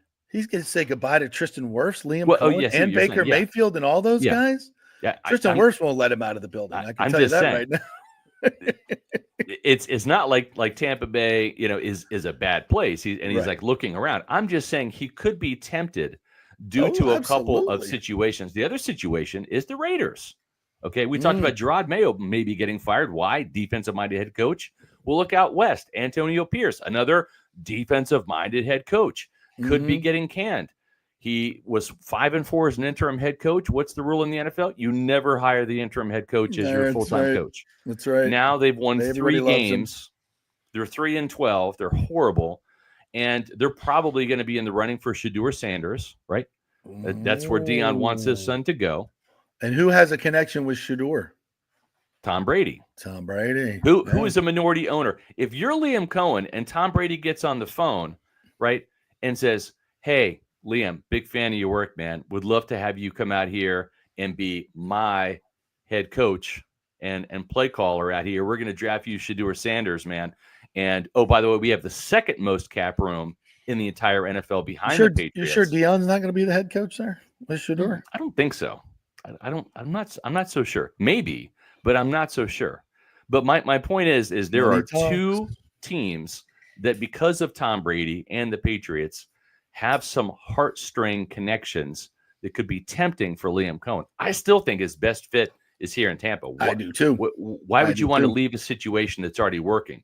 Why would you want to be Scott Frost, right? Where you built UCF into the mythical national champion, and then you leave for Nebraska. Why? Because that's the heartstrings. Yeah, that's of course, home, right? Of course, you got to go, but it doesn't always work that way. It doesn't always, work like you think it's going to. And sometimes the grass is not always greener. If I'm Liam Cohen, I stay here. Yeah. But there are a couple of legitimate threats that could emerge that would possibly consider him to leave. Well, I think with what we're painting here is a picture of a coach that's very much in demand. Very much in demand. And let me ask you this. If Todd Bowles were to win a playoff game, do you think he'd be in demand around the league? As a head coach? Yeah. I don't think so. How about as a DC?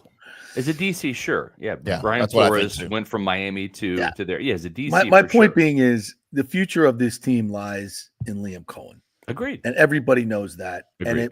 And it's disrespectful to speak about it. I get it, because we all love we have Todd to tell the truth as journalists, as reporters. Exactly. We have to tell it, whether it upsets some people or not. That's just the way it is. But that's we're when not the trying fans to get mad at us is when we start telling I the know, truth. but we're just trying. And what you guys be talking about? It's replacing the head coach because guess what? All you guys are talking about. Yeah. Look at my What do you think comments. the Glaciers You're all are talking about right now? Right. When Darcy and Ed and Brian and Joel get together in there, like if fans are talking about it, you don't think that the owners of the team are talking about it? Damn right. Listen, they are.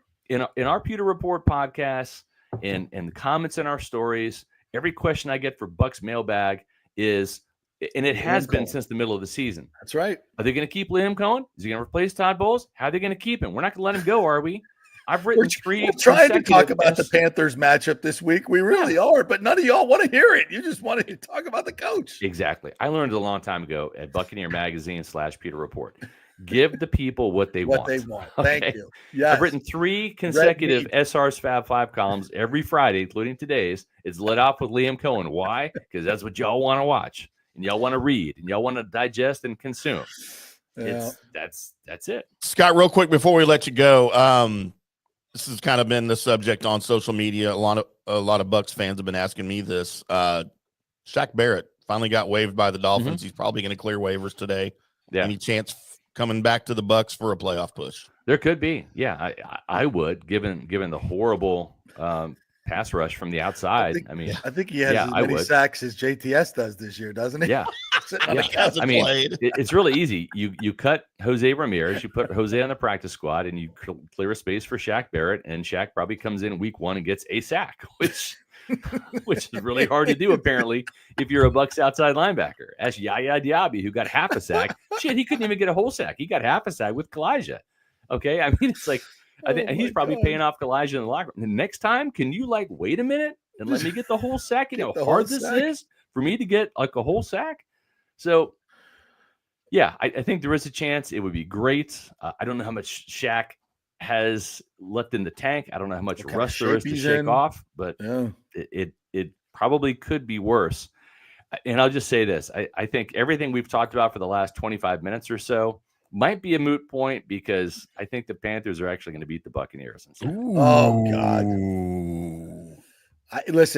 We just went over it in the beginning of the show. How well they played last week against the Cardinals. And Bryce Young played his best game. Yeah, they're I was hungry. watching those highlights, and they looked like a college team winning a bowl game. Yeah. The Bucs were tight. Listen, the Bucs were tight. They knew on Sunday night they had to win because the Falcons did. And I think they came out tight. It showed in the first quarter. They were down 10-0. Mm-hmm. And I think the Buccaneers have a chance of starting off in a very similar fashion. And if they don't win the coin toss and get a touchdown to start the game, it's a fluky stat. I heard that from both Liam Cohen and Casey Rogers yesterday. I asked the question, and I agree. It is kind of a fluky stat. But at the same time, it's also the truth. This team is 8-1 when scoring first, and they're 0-6 when they don't. And if they win the coin toss and get a touchdown or at least 3 points on the board to start this game, as they did in Carolina, okay, and it almost didn't work then, but that might be enough. But if they lose the coin toss or if they give up the first score in the game, history has shown this year that could be a very unlikely. Here's my bold prediction. I'm going to make the call right now, right here today on the JP Peterson Show on FanStream Sports on Friday. The Bucs win the toss. They defer. Oh, Bryce Young throws a pick six in their first possession. To who? Pick six. To who? Anybody. Tim, who's going to catch the ball? They have 7 interceptions Is this year. Rondé coming back? I'm just telling you, that's what's going to happen. Antoine Winfield Jr. is ruled out for this game. Why are you looking a gift horse in the mouth? Who's going to get a pick six on this team? Hey, Anybody. Dexter Jackson's still in town. It's Bryce Maybe we Young. could suit him. It's Bryce Young. Anybody seen Dwight Smith? Anyone? When you say pick six, I don't know what you mean. I forgot what that term meant. I haven't seen one of those. Okay, how about a batted ball at the line of scrimmage into the hands of Yaya Diaby, who rumbles down 20 yards for a pick chance? six? Sure. Better I mean, chance it of that sounds happening. good, but I mean, All right, I'm making the call right now. That's what's going to happen. hey, listen, I would love for you to be right. Don't get me wrong. I am not rooting against the Tampa Bay Buccaneers. I know my audience is. Yeah. I just have a bad feeling about this game. I I remember we were on a Pewter Report podcast when the Bucs were playing the Panthers the week after they had just destroyed the New York Giants coming out of the bye week. Everyone was feeling good. And Matt and I were trying to tell the Pewter people, we're like, this is going to be a tough game. This is not like a bad Panthers team. They had 2 wins in a row. They had taken the Chiefs down to the wire. Mahomes, and they won. But this is a good Panthers team. They're playing better than their record. They're playing inspired football. They're scoring more points. Their defense is coming around a little bit. And we were trying to tell people, we were getting yelled at in the chat. Why are you being so negative? Come on. They're going to destroy the Panthers. I'm like, did you watch last year? Against the worst team in football, the Buccaneers won 21-18 against Carolina in their own building. Then they go to Carolina needing a win to get the NFC South title. Baker Mayfield had 3 dropped interceptions in the first quarter. They won the game 9-0, but remember, the Panthers had a touchdown taken off the board due to a penalty late in the fourth quarter. Yeah. Both of those games by the way. were incredibly close, and the Bucs barely won. So when I sit there and say, in week 13, hey, guys, this is going to be a really, really close game. Believe me now or forget me later. And what happened? 26-23. Thank you, Anthony Nelson. Right. And Chase McLaughlin. I'm just saying. I'm with you, brother. It's going to be close. And I wouldn't be surprised if Carolina wins this one because I think Tampa Bay is going to come out a little too tight. And then all these conversations about the head coach are moot. They're moot. Right. Mm-hmm. So and that's what's probably going to happen. And that's what I said last week. Just let the season play out. That's the answer will be obvious. Yep. I've not called for Todd Bowles to be fired, nor will I. I have too much respect for the man and what he's done. Genuinely like Todd. I'm not anti-Todd. I just have to call it like I see it. I love the and guy like I too, said, but I'm going to let the season play out. I didn't call for Tony Dungy to be fired or Raheem Morris to be fired either. You can just see the writing on the wall. Let the season play out. Let it play out. And it's going to happen. It'll be obvious. How it happens. What we've predicted will probably be obvious. So we'll see. All right, Scotty. Thanks, buddy. Appreciate your time as always. Thank Pewter you, Report, the podcast, all Pewter the Report social TV medias. on YouTube. You can follow us on X and Facebook and Instagram at Pewter Report. And, of course, the mothership, pewterreport.com for all the Bucs news. My new SR's Fab 5 column is up today, so check it out. What's it on? Liam Cohen. Liam Cohen, Yaya Diaby, Jalen McMillan, Antoine Winfield Jr., and Trey Palmer. Those are the 5 topics for today. Nice. Right. Check it out. No pick sixes. Must read. An absolute must read and no pick sixes. Thanks, buddy. Appreciate it. Thank you, guys. All right. There you have it. The Bucs lose this week. It could happen. Yeah, it definitely could. All right. Looks like Tito's ready to go. Fit happens. Tito's always ready to go. Fit off. What's up, brother? What's up, boys? Fit? How you doing? Good to see you. Dude, I've never seen you without a hat on. I know, right? Right? You got good hair too. Why would you cover that up? Wow. Lazy. You got this. You gotta wear a hat, bro. You got that. I'm not quite going to the Tim Ham shave it all off yet, but yeah. Get there, do it. It's liberating. Yeah. Yeah, right. Yeah. It's got to make sure the curtains match the drapes. Let's talk some fantasy football here this week, although my league is over. I lost in the championship game. But I will say this. My good friend Kevin Keever threw 174 at me yesterday or on Sunday. 174. I scored 123? That's respectable, right? Wow. Sure. You usually win with that, depending on your league. That's a good score in our league because we're only half PPR.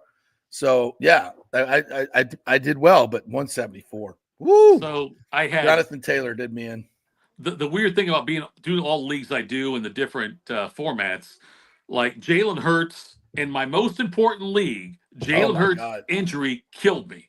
Yep. But in 2 other leagues, his injury helped me. Same like the end of the I was trying to think of who else it was Justin Jefferson helped me in one league, killed me in another. So it's bounces all around on all that stuff. But, yeah, when you have 18 teams you're running, I guess that's the way it works.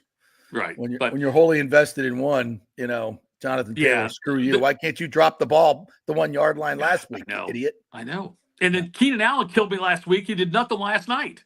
Yeah. Yeah. That's the way it goes. That's the way it goes. So if people are still playing, what are your or if they want daily fantasy, what do you see this week? Well, I definitely love the Colts defense. And I know that like I'm a guy always trying to stream in defenses. I think the Colts defense this week is a great one to grab. That's one that I've been recommending to people as well. As far as like a quarterback situation goes, it's weird with there's been somebody like last week you had the last week the Jalen Hurts thing killed people. This week, CeeDee Lamb's going to kill people as well. The fact he's going to sit the last 2 games. If you're somebody who rode CeeDee Lamb throughout the season, and all of a sudden now he says he's going to sit the last 2 games, that certainly would hurt you as well. As far as the quarterback goes, depending on your situation, I don't know. Jalen Hurts right now is questionable. I would love to have Bo Nix as a backup option. I think him going against Cincinnati with that Bengals defense, it's a must-win game for the Broncos. I know they're on the road, but the Bengals defense is so bad this year. I think that game will be a shootout. That's somebody I certainly would like. I think Kyler Murray will perform above expectations this week. I like him against the Rams. That's somebody else. I think he's probably a top 8 quarterback to play this week. But, if you're in your championship game, I hope you have better options than Kyler Murray, Bo Nix, and in that situation. But if you're desperate, that's what I would do. All right. That sounds good. Since you are on 97.1 The Fan in Columbus. Yes, sir. Ohio State gets a big win. The Ryan Day detractors now at bay, or are we still? I've heard of Ohio State. The alumni gave up all their tickets, according to Clay Travis, to let these Tennessee yahoos come in here because they're pissed at the whole situation because you lost to Michigan. What the hell's going on in Columbus? So I would say there was about 30% Tennessee fans at the game. Wow. And I think it's about 30%. Yeah, 100,000. I think about 30,000 were there. Yes, that's a decent number for sure. The secondary market certainly dried up rather quickly. I think that some fans sold their tickets early on. And look, it's weather. It was cold out there that night, no doubt about it. And although it was certainly a historic event, first playoff game in Columbus, some people decided, and look, I'm 53 years old. I'll tell you the truth. I prefer to watch the game at home. From away from the elements, no line in the bathroom, and the beer's a lot cheaper. So, I prefer that. I'll go to a game or two every year, but by and large, I don't go to games. And it's just because it's a much different experience now with high definition televisions and cheaper 78-inch televisions you can buy and all this. $75 parking.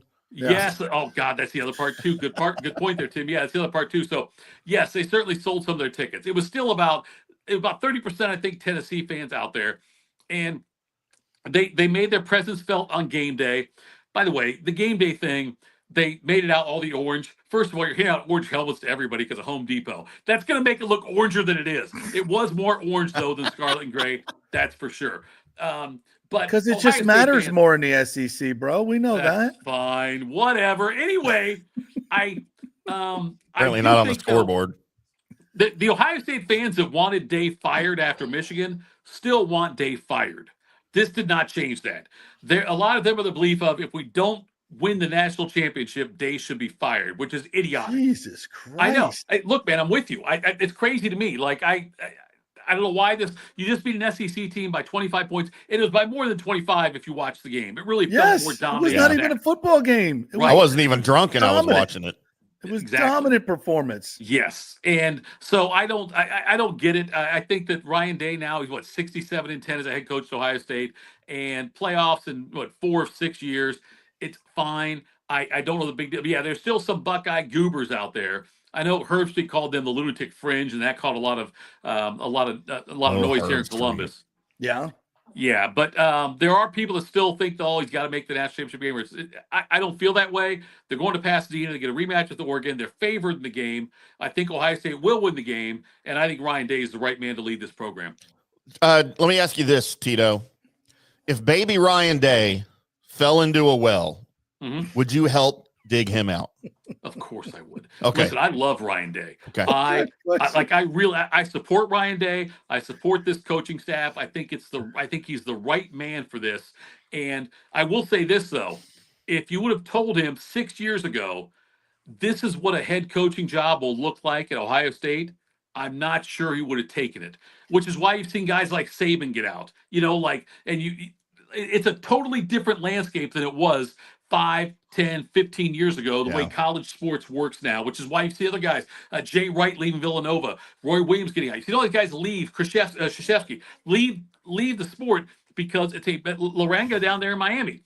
It is a much different game now. Yeah, Laranaga. I'm sorry. It's a much different game now than it was before. And so I'm not convinced some of these guys would still say, yes, I would take the job.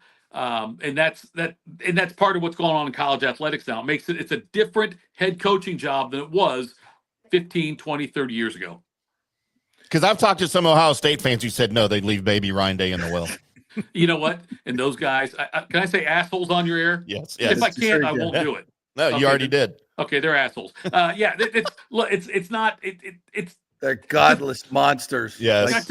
Like Tim Ham at Christmas. The dude is 67 and 10. He's 67 and 10. Ridiculous. Why'd he lose 10, Tito? Why? Why'd he lose 10? Right. Yes, it's the one to Michigan. My God, how do you not beat Michigan? I know. Jesus the game Christ. against yes, I got it. Yeah. Yes. What? There is a lunatic fringe. By the way, Herbie's pissing everybody off. He is. Sterling Sharp. Shannon Sharp. Shannon Sharp. Him too. You're right. He went after the first take, guys. I love what Shannon Sharp said. But Herb Street, though, he has caught so much flack here in Columbus. And people think he's a Michigan man now. His son's playing for Michigan, so he's no longer even an Ohio State guy. His son's on the Ohio State roster. He's got his other son. The other son, Zach's on the Ohio State roster still. He's a tight end this year. He didn't play at all. He's got a medical thing, but he is not. He's still an Ohio State guy. Also, it's just funny to me that Kirk was the Ohio State captain. Kirk's dad was, and then Michigan's all excited to get the grandson in there, Chase, who will never see the field. Shouldn't see the field. I mean, no one else offered him. It's just it's all Michigan. Maybe they Ohio see State. a diamond in the rough. You never know. I think he'll be a starter by the time he's a junior. I just love the drama. I love. By the way, is there a more hated Ohio State alum than Kirk Herbstreit? Probably not. That's by a great the Buckeyes. Question. No, yeah. I think he probably is the most hated one. Urban Meyer? No, Urban's not hated. No, Urban's become beloved now. Yeah. Urban has become beloved just based on the fact he was able to beat Michigan all those times, won a national championship 10 years ago. That is. They want to bring him back. They were cheering him on the College Game Day or the NFL or the Fox thing when they were in the stadium. Urban cannot coach college football. He cannot exist in this environment because the way Urban coached and the way he treated the players, it worked during Urban's time. Right now, you would have guys leaving for the portal so fast. Yeah, because they'd be gone right away. Yeah. No, I agree. Speaking of that, you want to play the Laranaga soundbite here while we're talking about college sports in general here, Timmy? The game, and I love the university that much. I felt like, okay, there's one thing you got to constantly ask yourself. Are you going to give everything you have, the commitment that it deserves, 100% of yourself, physically, mentally, emotionally, but I'm exhausted. I've tried every which way to keep this going. And I know I'm going to be asked a lot of questions, but I want to answer them before I'm even asked.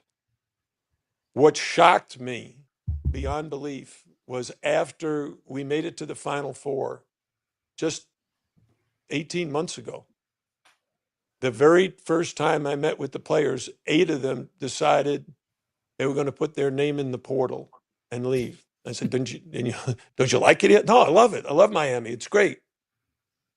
But the opportunity to make money someplace else created a situation that you have to begin to ask yourself as a coach, what is this all about?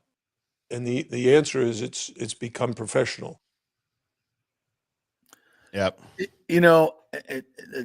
Let's just get into this as three guys that have been covering college sports for over 30 years each. We've seen it, what it was, what it became, and what it is now. And here's my biggest problem right now is, guys, where are the alarm bells? Like, these guys are just going on like, oh, okay, well, we'll just to college football playoff and the House settlement. Well, everything's fine. Everything is not fine. Like, the House is on fire. It is a blazing inferno, college sports right now. For the people that love it and have covered it, and the fans are getting soaked now for all this money that they can't afford. They're asking people at Florida State who to pay $50,000 just for the right to buy tickets. I mean, are you effing kidding me? Because you guys don't know how to run your business and you all want to continue to make $6 million as a commissioner? Are you effing kidding me? These coaches should be making $12 million a year with $72 million buyouts. What the fuck are we doing? Like, my God, the House is on fire. Do something besides realignment. We're going to realign things here. Like, what are we doing? The whole thing needs to be blown up and put back together with some smart people. It's like, what the hell is going on? My college football is going. You guys didn't experience this, but you will. You're going to have a 2-10 season because every damn one of these players is going to be a mercenary.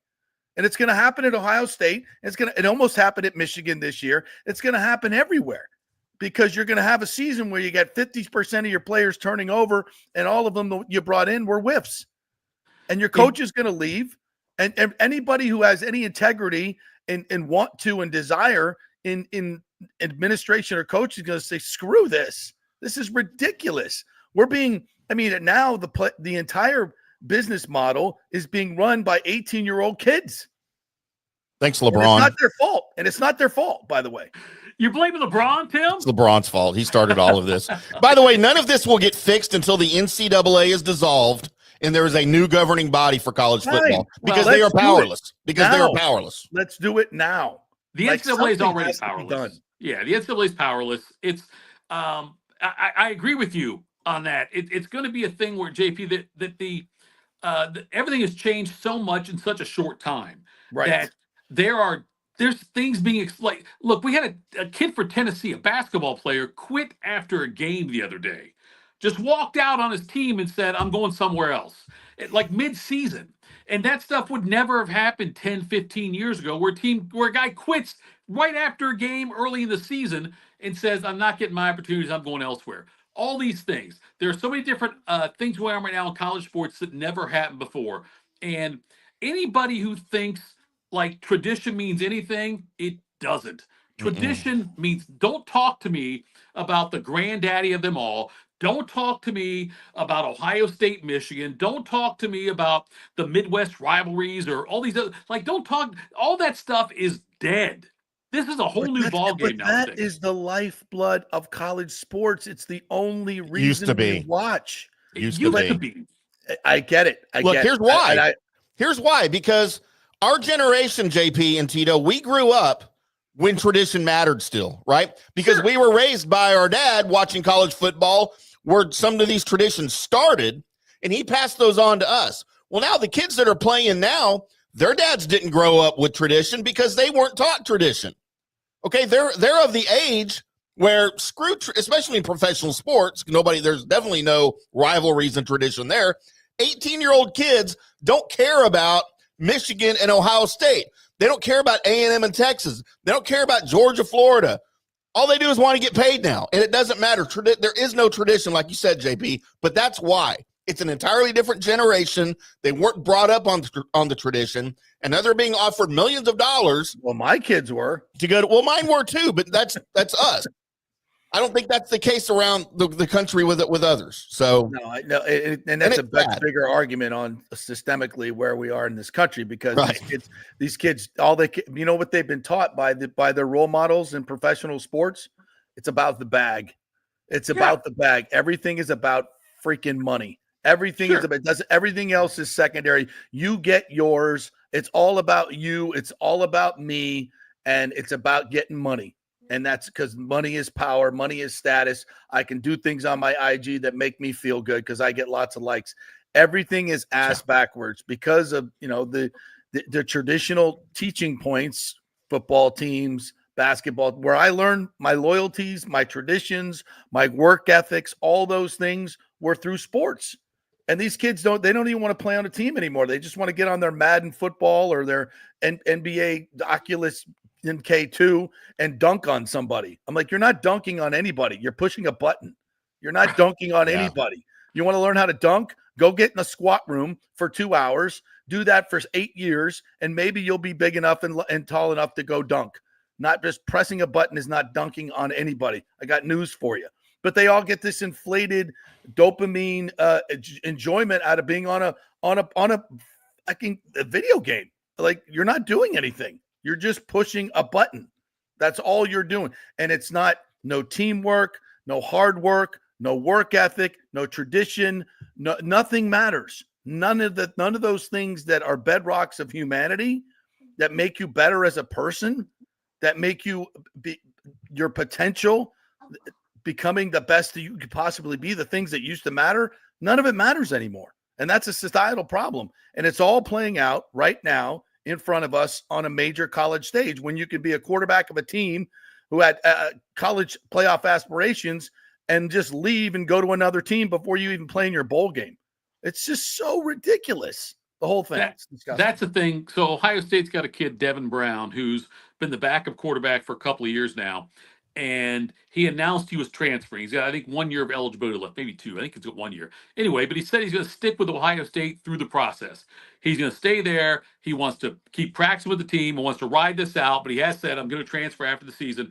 But his transfer window ends differently than other people because when Ohio State's last game is like 5 days after that, when his portal closes personally for him. But so he has decided, I want to stick around. He actually played at the very end of the game against Tennessee the other day, but everyone knows he's leaving. And that's the opposite of what other guys are doing that are saying, some other guys are like, I'm leaving right now, before the bowl game, before the CFP, whatever they're going to do. And that's the thing. Like when you talk to other players, I've talked to other former players about this. When guys do that, how do you feel like if your teammate does that? They say, we understand it's a business decision. And that's what college football is. And JP, college football has always been a business. It's always been that way. It's under the table before that. There were guys like, I know there's talk about this kid from Duke getting $4 million. And according to Duke and according to 24/7 Sports, he's like the highest paid player. It's not true. Other guys make more money. But I don't know if he's the highest paid player ever because I believe Eric Dickerson got offered an oil well to go somewhere when he was. And so that may be more money than that. It's always been that way. It's always been a business. It's just now it's being upfront and honest about it. Like guys got the bag before they did. We know guys did. It's just now though coming to the point where created more loyalty, not less loyalty. Oh yeah, it did because you were keeping the same secret. Right, exactly. And you weren't getting offered bags of money from other teams, and you weren't able to go take that money. There were rules and guardrails, and which there needs to be again. They have them in pro football. When your coach yells at you, at pro football, you can't just go quit the team and go play for the Carolina Panthers. Right. So what if we do that in professional football? Why can't we have guardrails in college? But we see it happen too in high school where guys are transferring high schools. Dylan Raiola did that. Dylan Raiola was going to school and then transferred to a Georgia high school because he was going to go to Georgia and then decided to decommit from Georgia and went back to Nebraska. But guys are transferring high schools to try to integrate themselves more with the communities. It is a total mess. I'm with you, JP. College football, the way you and I and Tim grew up. There has to be some urgency to fix it before we lose all the fan base. But the way the three of us grew up, that's dead. That's gone. That's done. I think we can rekindle that if we do it the right way. It has to be not just in college football, but just a societal thing, which it can be done. We just need some leadership. That's all. We need some leadership. Let's do it, right. JP. Me and you. Let's take over college football. Do it. Hey, I got the plan. I have the plan. I have already got the plan figured out. I'm just going to ride your coattails and look successful like I do on the show. All right, Tito. Got any best bets this week? God, I don't know. You actually, okay, yeah, I did have some best bets. Let me get it for you. I got to call on my computer. I want to make sure I relay this over to you. I do like the Chargers laying 4.5 right now against New England. I think that's a game tomorrow that'll start at 1 o'clock. I like the Chargers in that one. I like Minnesota laying the 1.5 to Green Bay. Minnesota's a home team in that one. I think the Vikings are the real deal. And on Monday Night Football, give me Detroit laying 3.5 against San Francisco on the road. Oh, yeah, I love that too. I like that too, yeah. Man, the like San Francisco 49ers you make sense on all those. All right, falling apart. Have a great New Year, my friend. We'll talk to you next week. Thanks, guys. You too. Yeah, it's just I get emotional because it's not only it's my favorite.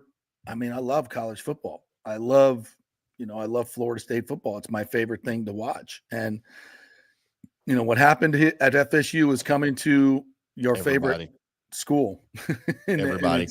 And look, we've lost a lot of the rivalries in professional football because of free agency, right? And guys jumping from team to team for the money. And to me, it's taken away from it. I can remember when the Cowboys and the Redskins played and the players hated each other as much as the fans hated each other. It was like that in the NFC East. I'm sure it was like that in the old NFC North when the Bucs were with the Vikings, the Bears, the Lions, and the Packers, even though geographically you're not connected, but, from a rivalry standpoint. Now we're getting the same thing in college. Like you said, there's no more rivalries. There's no more tradition. And it's taking away from that. And that is, like you said, the fabric of college football. Right. It's tradition and rivalries. Got to put that That's back all you together. have. Yeah, you got to put that back and it's together. Gone.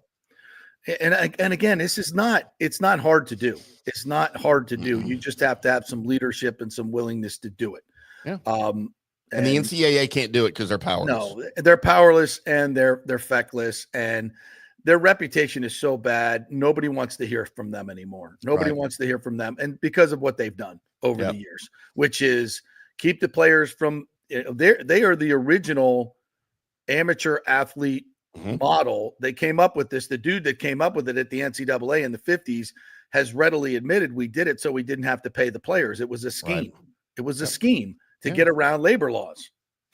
And it worked for a long time. And we all swallowed it for a long time, until we all, myself and others started talking about this 30 years ago. Like, this is wrong. Like, you need to fix this. This is not the way it's supposed to be. No. You all fat cats are making all the money while these kids can't even get a burger from somebody while you're sitting there eating shrimp cocktail in the media lounge. I got to sit out. I'm the one put my ass on the line to go out and play football. And you people are the one reaping all the rewards. You're making all the money off the jerseys being sold with my name on the back of it. It's ridiculous. Yeah. We're doing video games and people are making hundreds of millions of dollars and none of it's going to the players. Hello, Ed O'Bannon. Like, what am I doing here? Like, what the hell's going on here? Former Maverick great. Yeah. So, and the problem is the adults could have made changes, incremental changes, and kept and paid the players. Okay, we can't afford to pay. You can't afford to pay the players. You just paid Jimbo Fisher $72 million not to coach. You can afford to pay the players. Okay? And it was worth every penny, JP. But it's disgusting. It's disgusting. Right there with you.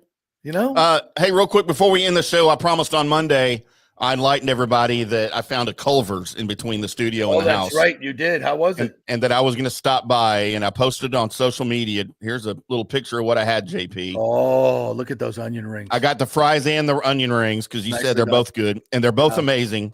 The picture of Culver's that you see on the left, it's not filtered. That's what it looked like here in Dallas on Monday. It was gross. It was overcast. It was cold.